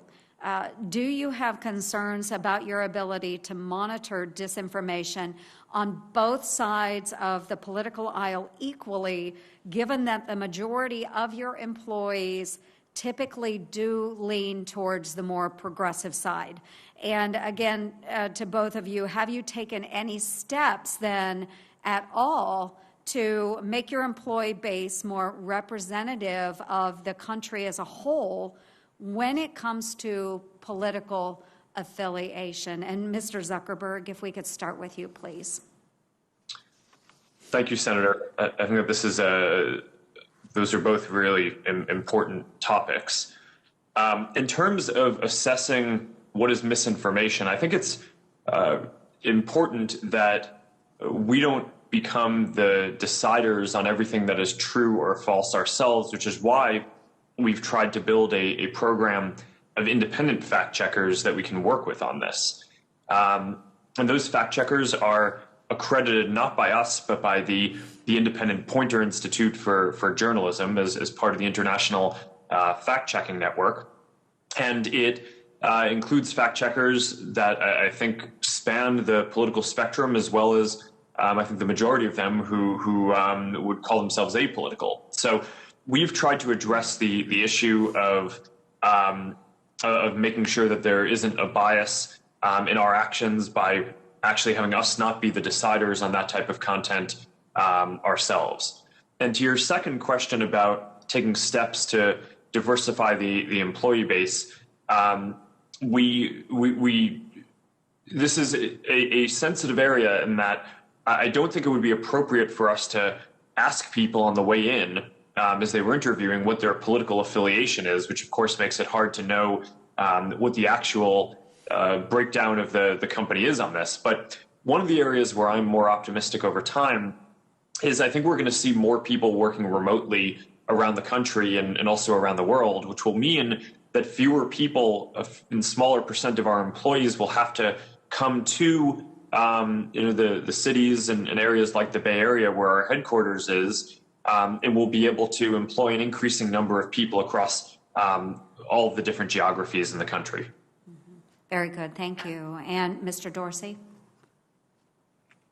First and foremost, the most important thing is that we built systems and frameworks independent of any one particular employee or individual at our company. And included in that system are checkpoints. Checkpoints to make sure that we are removing any bias that we find, checkpoints to do QA and monitoring of all the decisions that we make, having an appeals process, which is an external checkpoint on whether we made the correct enforcement action or not. So we want to build something that's independent of the people that we hire, and that is our focus, building a system. Second, like Mark, I'm really excited that we are at a stage where we can decentralize our company even more, that we do not need people to move to San Francisco, that we can hire people all over the country. They can stay where they want to be, wherever they feel most creative. And that's not just in this country, it's around the world. And I think the tools are in a state where we can do that more easily. We've obviously been forced to do it with COVID. And I don't think it's a state that we will return from. With the days of having one centralized, massive corporate headquarters in any one particular city are certainly over for us, at least, and I think many other entrepreneurs starting companies today. Yeah, very good. I really appreciate that, and I think that COVID has taught us all a very important lesson, and for those to be able to work remotely, I think you will find greater diversity in thought, which is very important, I think, for the types of platforms that you both represent. Now, I'd like to move on to an entirely different topic, and since I began my career here in the Senate, I have been committed to, of course, protecting those who need it most, and folks, our children are the most in need, and it's our job as lawmakers to respond to the ongoing threats against them. And social media has created a whole new world for all of us, and it can help us share that information and resources with the public about human trafficking and child exploitation, and it can also help us keep track of sexual predators and ensure our children are safe from those known threats. And in fact, I've been working on legislation that would help update what information sexual predators have to provide about their online identities. And as we all know, however, social media can also be incredibly harmful. Child sexual abuse material, CSAM, is present on nearly every single social media platform that exists. And in such polarized times, I am grateful that it is this subject that we do find, it doesn't matter if you're on the left or the right, we can come together to find solutions for this issue. And Mr. Zuckerberg, I know that you and I touched upon this briefly last week when we spoke over the phone, and I do hope, Mr. Dorsey, that you also share Mr. Zuckerberg's commitment to fighting these types of issues on your platforms. So just very briefly here, as I'm running out of time, but Mr. Zuckerberg, I do understand that Facebook is planning to outfit Facebook Messenger with end-to-end encryption. And how do you hope to prevent the dissemination of child sexual abuse material if neither law enforcement nor you can access that messenger data? Is there some sort of apparatus that you will have in place that can help law enforcement with those situations? And then Mr. Dorsey, will go to you next as well. Senator, thank you for this. I think you're right on every count in what you just said, both that child sexual exploitation is one of the gravest threats that we focus the most on. And it is also an area that will face new challenges as we move to end-to-end encryption across our messaging systems. Of course, the reason why we're moving to encryption is because people want greater privacy and security in their messaging systems, and over time are choosing systems that can provide them more privacy and security. And that's something that I think it makes sense for us to offer. I think encryption broadly is good, but it is going to mean that we're going to need to find and develop some new tactics. A lot of what we have found around the best ways to identify bad actors on our system is not actually by looking at the specific content itself, but by looking at patterns of activity and where is it that a group or a person is not behaving in the way that a normal person would, so you can flag and review that. And we've grown increasingly sophisticated at that. That goes across the foreign interference prevention work that we do, and it also will be a factor here. and I'd be happy to follow up in more detail on what we have planned. But overall, I would say that this is something that we're very focused on, and I agree with your concern. Okay, thank you very much. And Mr. Dorsey, you as well. So those that are on Twitter, making sure that law enforcement would have access, if at all possible. If you could give me an overview of that, please. Yeah, child exploitation is absolutely terrible, and we don't tolerate it on our service at all. We regularly work with law enforcement to address anything that we see, inclusive of the patterns that Mark has mentioned. The majority of Twitter is public, so we don't have as much activity in private channels. So it's a different approach, but it's still, we still see the same activity, and it's one of our highest priorities in terms of the severity of harm. Thank you both very much for being accessible to us today. I truly appreciate your input, Mr. Chairman. Thank you. Thank you. And Ms. Zuckerberg, I really want to appreciate what Facebook has done in the area of sexual exploitation of children. Y'all have done a very good job of trying to help law enforcement in that area. Senator Hirono. Thank you, Mr. Chairman. Mr. Zuckerberg, for the second time in 3 weeks, you've been called before the Senate committee so my Republican colleagues can beat you up over claims that your platforms are supposedly biased against conservatives. The fact of the matter is that these allegations are completely baseless.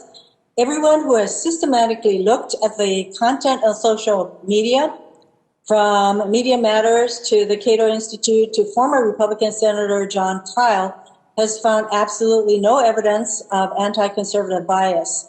And data from CrowdTangle show that far-right content from the likes of Fox News, Ben Shapiro, David Bongino dominates the daily top 10 most engaged pages on Facebook. So all of these allegations about the fact that you hire or all of your employees are left of center is relevant of nothing.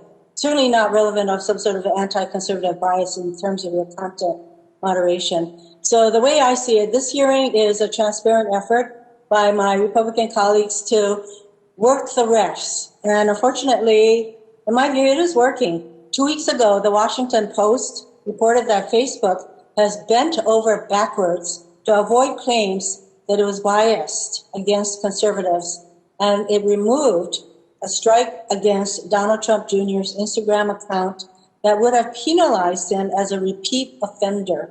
Apparently, one of several strikes removed from the accounts of Trump family members.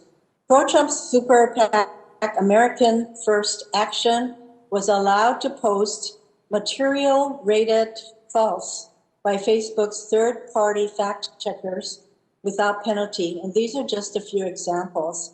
And they are nothing new. In 2019, Facebook included Breitbart, a website described by its co-founder as a platform for the alt-right, as one of its trusted news sources. And early in 2019, Facebook selected the Daily Caller, another site with white nationalist ties, to be one of its third-party fact-checkers. And the Wall Street Journal has reported how Joel Kaplan, former Deputy Chief of Staff to George W. Bush, stopped changes designed to make Facebook's algorithms less divisive because the changes would have disproportionately affected conservative users and publishers, according to Kaplan.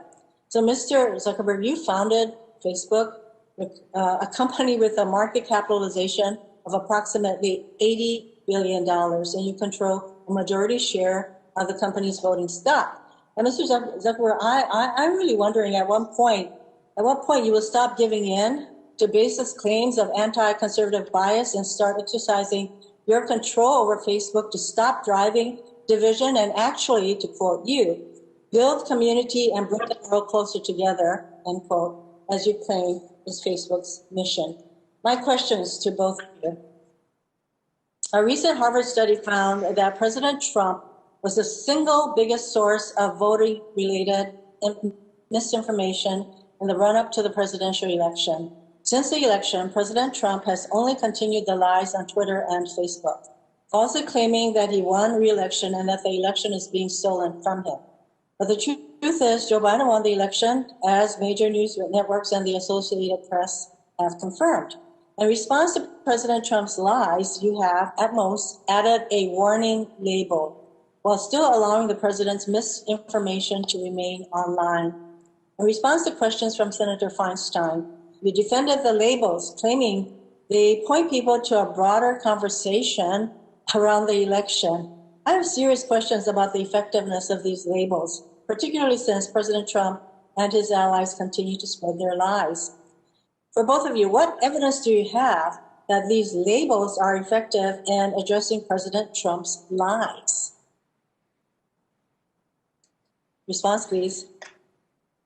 So, and I think Mark mentioned this earlier as well, we are doing a retrospective on the effectiveness of all of our actions through the election.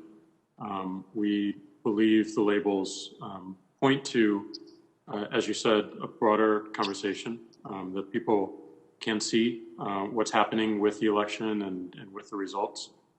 We don't want to put ourselves in a position of calling an election. That is not our job. So we're pointing to sources and pillars that have traditionally done this in the past, and that is the intention of the policy. That's the intention of the labeling system. Mr. Zuckerberg? Senator, we view the additional context that we put on posts as part of an overall response and effort to make sure that people have reliable information about the election.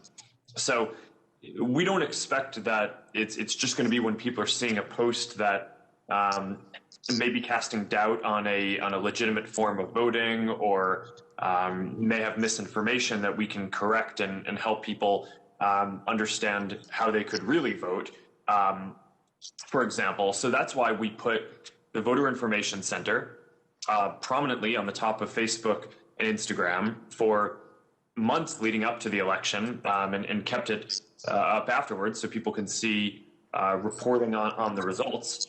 As I mentioned in my opening statement, 140 million Americans visited that. I think this was the largest voting information campaign in the history of our country. So I think when taken together, these actions were quite strong of an effort to communicate accurate and reliable information to people at the times when they needed it about how they can vote in the election, encouraging them to vote, having confidence in the election system, knowing who and when the election had been called. It's just part of an overall system. My time is running out, and so all of the information, the actual information, voter information you provide, that is good, but we're talking about all of these misinformation, actually outright lies that are put out by the president, and you have these labels. And I really have questions as to whether or not this kind of labeling, and I'm glad that at least Mr. Dorsey is determining whether these labels do anything to actually create a larger framework for discussion. I really seriously consider, doubt whether that is actually happening. Since I'm running out of time, I just wanted to get to, Donald Trump as president, you consider him newsworthy, so a lot of his posts get on whether they contain misinformation, especially on whether he won the election and COVID, you name it, the fraudulent elections that he alleges, et cetera. But I'm wondering, what are both of you prepared to do regarding Donald Trump's use of your platforms after he stops being president? Will he still be deemed newsworthy, and will he still get to use your platforms to spread his misinformation? Senator, let me clarify my last answer. We are also having academics study the effect of all of our election measures, and they'll be publishing those results publicly.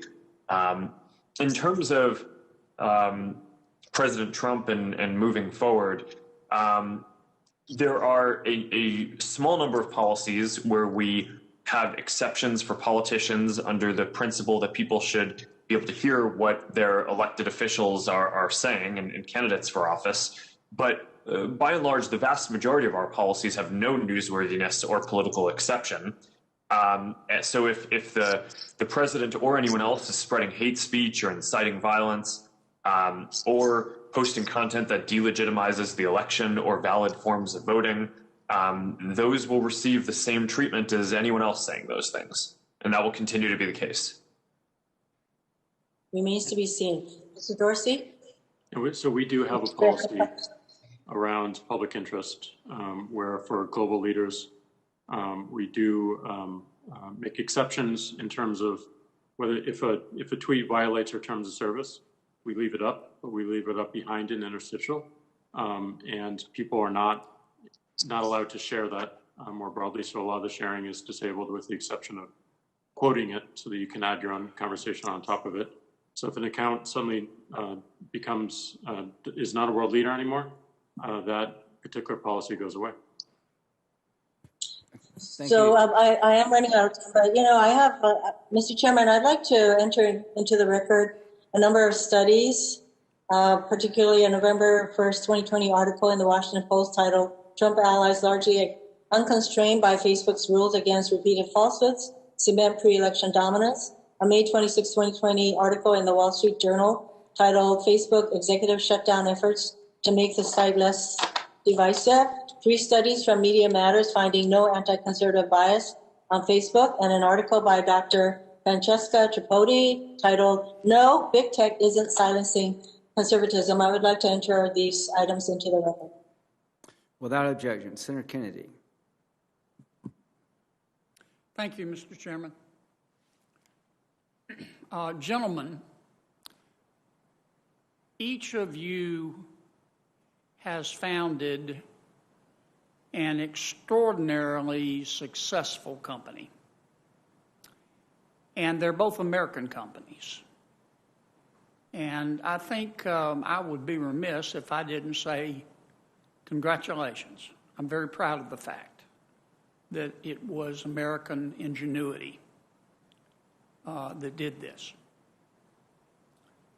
I think we can also both agree that both Twitter and Facebook have enormous power as a result of your success. You're not companies, you're countries, at least in terms of power. I want to test a point of view here. I'm not sure I subscribe to it, but I want to get your thoughts on it. Mr. Dorsey, do you believe everything you read? No. Why not? I think it's healthy to have skepticism about everything and have a mindset of verifying it and using as much information as possible to do so. Do you have somebody on your staff who protects you from reading things that they think you shouldn't? No. Mr. Zuckerberg, do you believe everything you read? No, Senator. Why not? Because a lot of things are incomplete or incorrect. So you exercise your own judgment? Yes, Senator. Okay. Do you have somebody on your staff whose job is to filter things that they think you should not be reading? Senator, not externally, although I would hope that the teams that I work with internally do their best to make sure that the information that they're presenting me with are always accurate. Okay. Here is a point of view. I'm not sure I subscribe to it, but it is a legitimate point of view, I think, and I'd like to know your thoughts on it. You have both, and this is directed to each of you, you have both Democrats and Republicans upset with you. The Democrats are upset with you, this point of view holds, because they want you to publish. I'm not using that word as a term of art or science here with any special meanings. The Democrats want you to publish stuff on your platforms that they agree with, but they don't want you to publish stuff that they disagree with. And this point of view also holds that the Republicans are upset with you because they want you to publish things on your platforms that they agree with, but they don't want you to publish stuff on your platforms that they disagree with. What if we had a rule? What if your companies had a rule? This is a question, not a suggestion. What if your companies had a rule that said, okay, people aren't morons. I would like to treat people as they treat me. That is that I can read what I want to read and exercise my own good judgment about whether I choose to believe it. So here's the rule we're adopting. If you go on Twitter or Facebook, you can't bully people.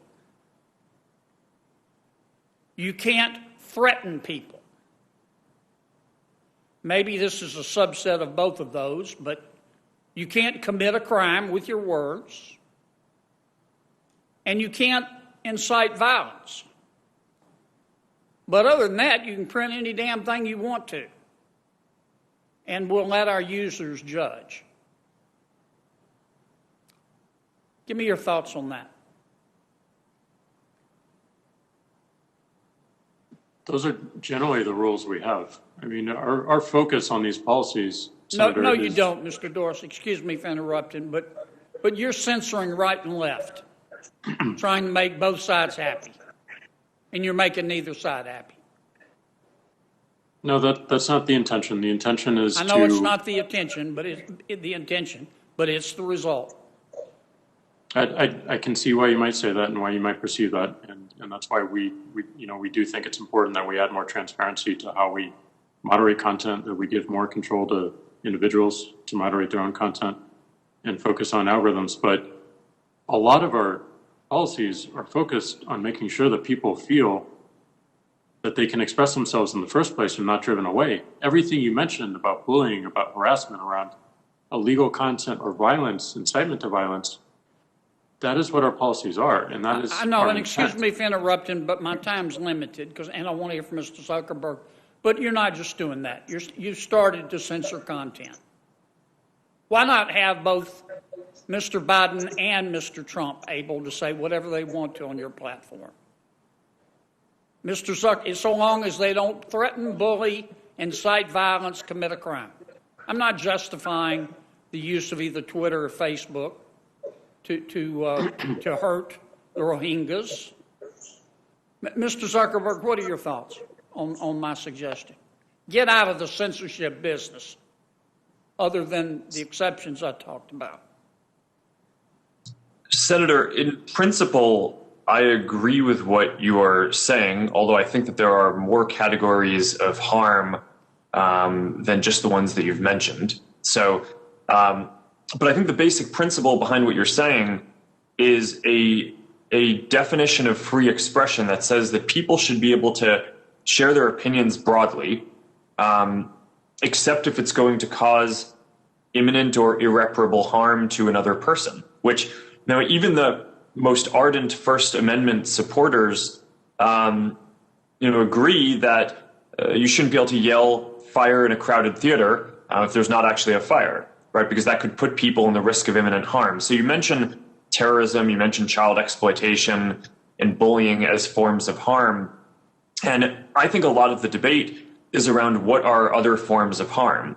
For example, we're in the middle of a pandemic, and we've assessed that misinformation about COVID and treatments that could put people in additional risk of getting the disease or not seeking the right treatment if they have it, that those are also things that could cause imminent harm.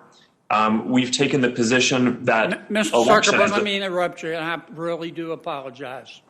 But I'm going to be cut off in a second, inappropriately so. I'm not saying you're wrong by doing what you just described, but that makes you a publisher. And that creates problems with Section 230. And I just think one point of view is that at some point, we've got to trust people to use their own good judgment, to decide what they choose to believe and not believe, and not try to assume that we're smart and they're stupid, and that we can discern believable information and information that shouldn't be believed, but everybody else is too stupid to do it. Okay. I'm done. Thank you, Mr. Chairman. I think you put your finger on a really, maybe the central issue, Senator Kennedy, is how do we let people make up their own minds without what they're saying, creating violence or threats to others. Very complicated endeavor. Senator Booker. Senator Booker. Thank you. Chairman, can you hear me? Chairman? Yes, and to our witnesses, we have 2 more senators, and we'll be done, and I appreciate your patience. Senator Booker. I appreciate that, Mr. Chairman, and I appreciate listening to this hearing. I really want to bring just focus back to what I think is why we're here, which is the 2020 election. And I've been saying in this committee for many months now about the tragic consequences of us normalizing things that should express considerable outrage. There's not a person on this committee on either side that doesn't know who the next president of the United States will be. President-elect Joe Biden and Kamala Harris will be the president and vice president of the United States come January 20th. But what is going on right now is dangerous, and it is a threat to our democracy. For the first time in American history, we are seeing a sitting president of the United States make wild and baseless accusations that undermine the democratic process, that don't just delegitimize it. What the president of the United States is doing is trying to thwart our democracy. As we speak, Donald Trump is waging an all-out war on the truth and our democratic systems. And one of his weapons of choice in this disinformation war is social media, and specifically the 2 gentlemen here, their platforms, Twitter and Facebook. You have the tools to prevent him from weaponizing these platforms to degrade our democracy and our democratic institutions and to cause such damage that even after January 20th, it could be one of the first times that millions of Americans think and believe that this election was what is baselessly being charged by Donald Trump. And so let's be clear on what's happened. Donald Trump's shameful and shameless lies that are persisting about voter fraud and the outcome of this election were some of the most engaged content on social media in the days after the election. By one measure, during the week after the election, his posts on Facebook made up every single one of the top 10 most engaged posts in the United States, and 22 out of 25 of the top most engaged posts in our country. And his number one post, the top of them all, was a false declaration of victory. On Twitter, his tweet on falsely claiming victory was viewed by millions of users. This was and is not just a disinformation campaign by the President of the United States, but literally the most powerful person in our country doing an all-out assault on the constitutional ideal of a democracy that he was sworn to protect. So let's take a step back, because I think this would be bipartisan if we looked at what was happening in another country. If we saw, and I'm on the Foreign Relations Committee, and I know how we come together on issues like this. If a strongman leader of a democracy had denied his loss in an election, in a democratic election, made consistent and constant baseless claims about fraud, if he fired military leaders while his foreign minister talked about a smooth transition of the defeated leader's next term, even potentially in jest, any government looking at this situation, including ours, would be putting out statements urging calm and calling for the peaceful transition of power, for the rule of law, for the honoring of democratic norms and traditions. And so we're seeing concrete consequences right now of President Trump's rhetoric. We are actually in the midst of the 4th largest mass casualty event in American history. This is not just something that should not be treated with calm and normalcy, but we all, people who believe in this country, should be standing up and talking about the consequences. We have his political appointee, the General Service Administrator, refusing to designate Joe Biden as president-elect and provide the transition team the resources mandated by federal law. It was not that long ago that the 9/11 Commission said that one of the things that undermined our ability to meet the terroristic threats to our country happened because of a transition that was undermined, or a transition that did not happen in the normal course. President Trump's actions since Election Day should shock all of us who care about the welfare of our democracy, who care about our norms. And I hope the platforms here can maintain the highest levels of vigilance. And so to the gentleman before us today, I'd like to ask specifically, have you taken any steps to modify your platform's algorithms to ensure that blatantly false election disinformation posted by election officials, and specifically the most powerful person in the United States, Donald Trump, isn't amplified, that his posts that might get a lot of interactions that are dead wrong don't somehow get boosted by your algorithms? If you could both respond to that as quickly as possible.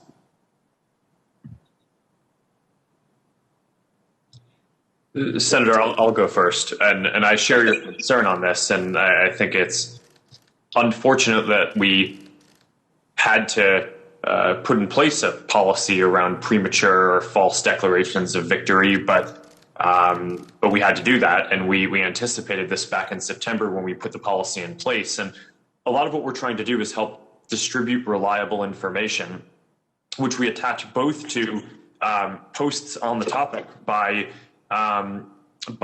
President Trump or any of the other candidates or elected officials who are talking on the subject. But more importantly, we put that reliable information, including about election results, at the top of Facebook and Instagram for everyone to see, and that supersedes what the algorithm or what newsfeed chooses to show.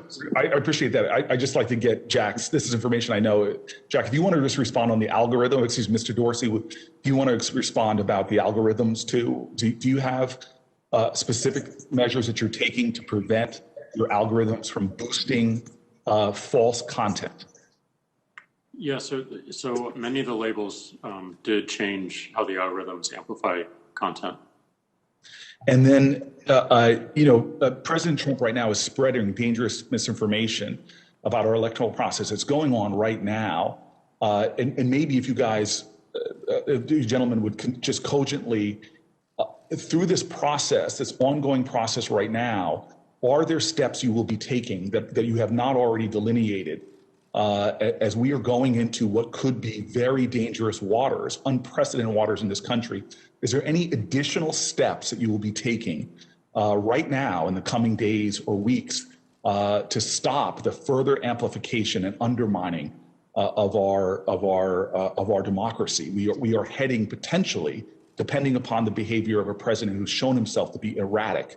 Are there steps that you were prepared to take in the coming days and weeks to address this misinformation that we are seeing is coming in an unrelenting manner?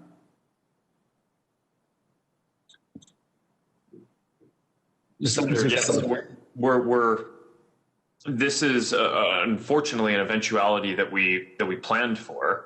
And we've taken a number of steps, not just including the fact-checking program that we've set up broadly, but we stopped recommending all civic and political groups, as an example, because of the risk of misinformation or harm growing there. We've temporarily paused all political ads because of a risk of potential abuse or kind of inflaming tension or potential unrest or violence. And there are a number of other steps that we've taken like this as well, that we've done in other countries when there are risks of civil unrest, and that we've shown have worked. So I'd be happy to follow up in detail on all of the steps that we're taking there. Thank you. Your team has been helpful.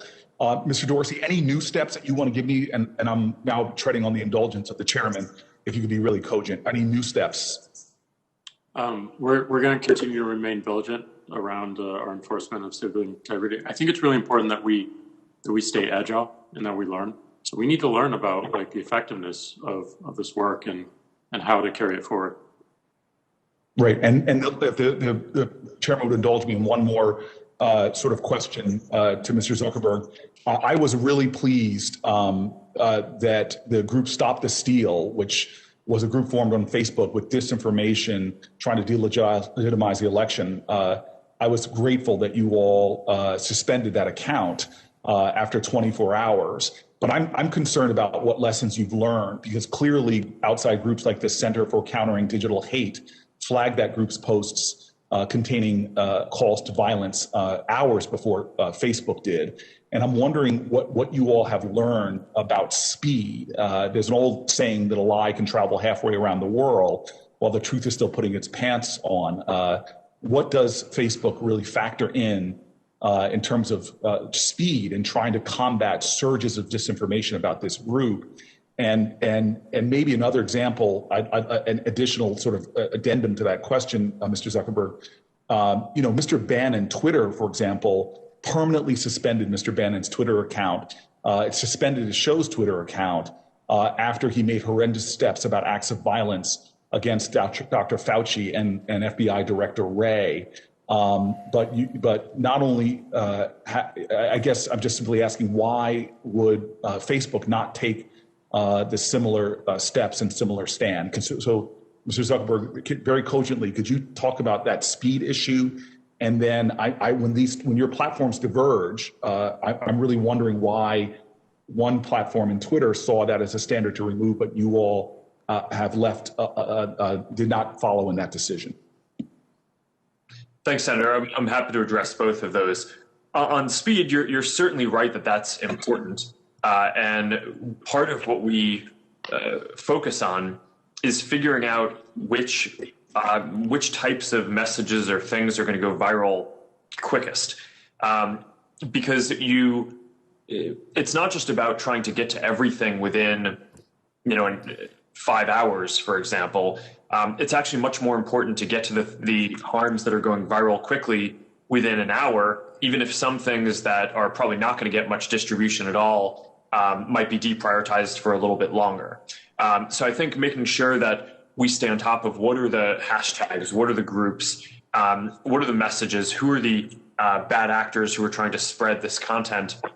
And as we see the threat evolving, we are typically able to evolve and move faster as well. So we're very focused on that. Thank you very much.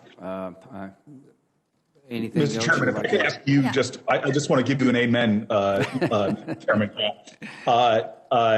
The second part of that question, I'd love to get on the record, but I just want to say to you, you mentioned earlier, and I know you said that Chairman Graham will be chairman again, but I think you really said something really important earlier about the effects of social media platforms on our kids. I can cite many studies, like the University of Pittsburgh, who said that kids are on social media have about twice the rates of eating disorders and image concerns. I just would really say, and I know that two gentlemen there would welcome the opportunity to come and discuss that perhaps with other experts, but there's something really going on in terms of the self-esteem, well-being, and even flourishing of our children who are deeply affected by these platforms. Whether you want to use a technical term like addiction or not, there's enough evidence that these platforms and children's engagement on them is causing heightened levels of a sort of a deleterious effect on their well-being. And I'd love it if we could do such a hearing sometime soon. We will follow up into the Every Patient, Senator Blackburn. Thank you very much. Thank you, Mr. Chairman. Last but certainly not least. That is correct, and I appreciate that. And even though my colleague from New Jersey went twice his time, I am going to begin. These are Senate minutes, yeah. Yes, they're Senate minutes. I will agree with my colleagues who have talked about the impact on children. The distribution of information that damages women and children, that leads to violence against women and children, human trafficking, the utilization of these platforms by pedophiles. This is something that we are going to continue to work on. When I was in the House, we passed legislation to put more tools in the hands of local law enforcement to fight this, but you all at these social media platforms are going to have to do your part to work with us on this to protect our children. I will also say that we're keeping an eye, and with each of you yesterday I talked about your financial component, Square, there for Mr. Dorsey, and Libra with Mr. Zuckerberg, and the application of these components to your sites. We're talking about 2020 elections, but we're also looking ahead to how we clean up some of what transpired in the before the 2022 elections. I think it's fair to say, too, that you all probably are now fully aware that there's great frustration with Americans and with this committee, with the way you act invincible, the way your employees act as if you're the invincible gods of the Silicon Valley. Facebook and Twitter don't get to be the last word in what counts as real news in this country, even though you're beginning to conduct yourself as news publishers and distributors. My colleagues and I have asked you all repeatedly through the years for greater transparency and to accept responsibility. You've chosen to do neither. So it is going to be up to us to change existing law and to hold you to account on behalf of the American people.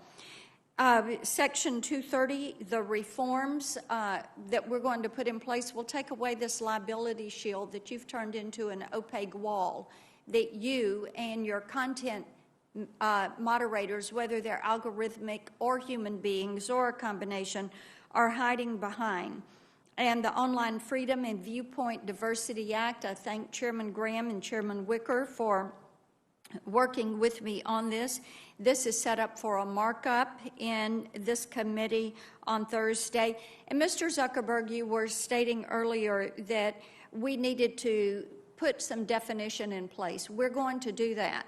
We're going to take away nebulous language, and we're going to be specific, unlawful, inciting personal harm, inciting terrorism. We're going to do that and clear that up for you. Mr. Zuckerberg, Facebook is more like a government than a traditional company, is a statement that you have made. There's a lot of power in that for you. So yes or no on a couple of questions here. Does Facebook routinely censor a user's account at the behest of a foreign government? Yes or no? Senator, I'm not sure if there's anything in particular you're referring to, but in general, we there is something in particular that I'm referring to, and I'll answer it. Yes, you've done that. You have 60 million users in Vietnam. Of course, this is a communist regime. Under the orders of the Vietnamese government, did Facebook shut down and ban the account of a Vietnamese dissident because he criticized the government's land policy? Yes or no? Senator, I'm not familiar with all the details of that, but I believe that we may have done that, and that in general we try to follow the local laws of different countries. And you kept him off for 3 months. In Turkey, does Facebook have an anti-blasphemy policy where it will take down photos of the Prophet Muhammad if the Turkish government orders it to do so? Senator, again, we don't have a policy against that, but we do follow. Well, we follow local laws. The answer is yes. Where we operate. In Russia, under pressure from the Russian government, did Facebook take down a post advertising the rally in support of the dissident Alexei Navalny? The answer is yes. I'll help you with that. Do you believe it's Facebook's duty to comply with state-sponsored censorship so it can keep operating, doing business, and selling ads in that country? Senator, in general, we try to comply with the laws in every country where we operate and do business. Okay, and I think that you prioritize profit over principle when you look at these countries, and also in communist China, which they have banned their citizens from you. You can't operate there. And In China, Twitter, you have an opponent there. You've got a knockoff, Weibo, that is a Chinese Communist Party-owned company, but your companies, even though they're banned there, you're still trying to do business in those countries. Mr. Dorsey, does Twitter do business with Huawei? I don't believe so, but we can follow up. Oh, I can answer it for you, sir. You helped launch Huawei's Mate 3 Pro 5G, and it is featured on Twitter's marketing page website. How about Alibaba? You do business with Jack Ma's company with their links to the Chinese Communist Party? If by business you mean allowing people to advertise on a platform. Your answer is yes. Mr. Zuckerberg, are you aware that last year China's top internet regulator agreed to spend over $800,000 for the communist mouthpiece, the People's Daily? And they did this so that they could advertise and promote China to the American people on Facebook. The point of all of this, and the answer to that, Mr. Zuckerberg, whether you're aware or not, is you probably are, and you know that what they're doing is gaining access to this market. This is why we're going to keep a real close watch over what you all are doing with Libra and what you are doing with Square, because we see what has happened. It's important for us to protect people and to protect human rights. And your election, let me move to election content and that monitoring, because we do have concerns about some of the things that happened there. Mr. Zuckerberg, let me ask you this. Have you heard of the Trump Accountability Project? Senator, I'm not familiar with that. Okay, that is a project that is an attempt to blacklist Americans who have served in the Trump administration and to prohibit them from gaining future employment. Now, in communist China, in Putin's Russia, in totalitarian states, the government regularly will issue a blacklist on their enemies. Enemies of the state are banned from getting a job, and if their names fall on the blacklist, they're out. Now, this seems disturbing that it would be happening here in this country.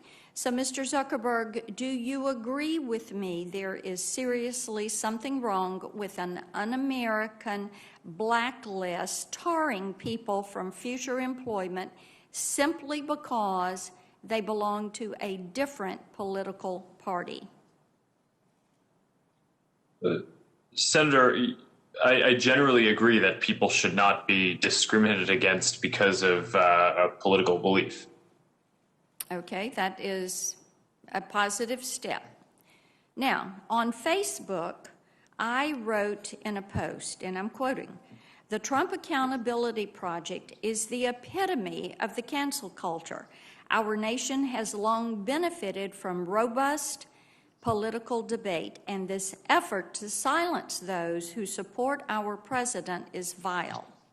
As you can tell from this statement, nothing was said about the election or the results, either directly or indirectly. But somehow I got slapped with your elections flag sticker. So what each of you need to realize, and you've heard it time and again today, you say you don't keep list. Obviously, you have list, because there are some of us who are regularly censored and called down by your content moderators. Do we want to see these lists? Yes.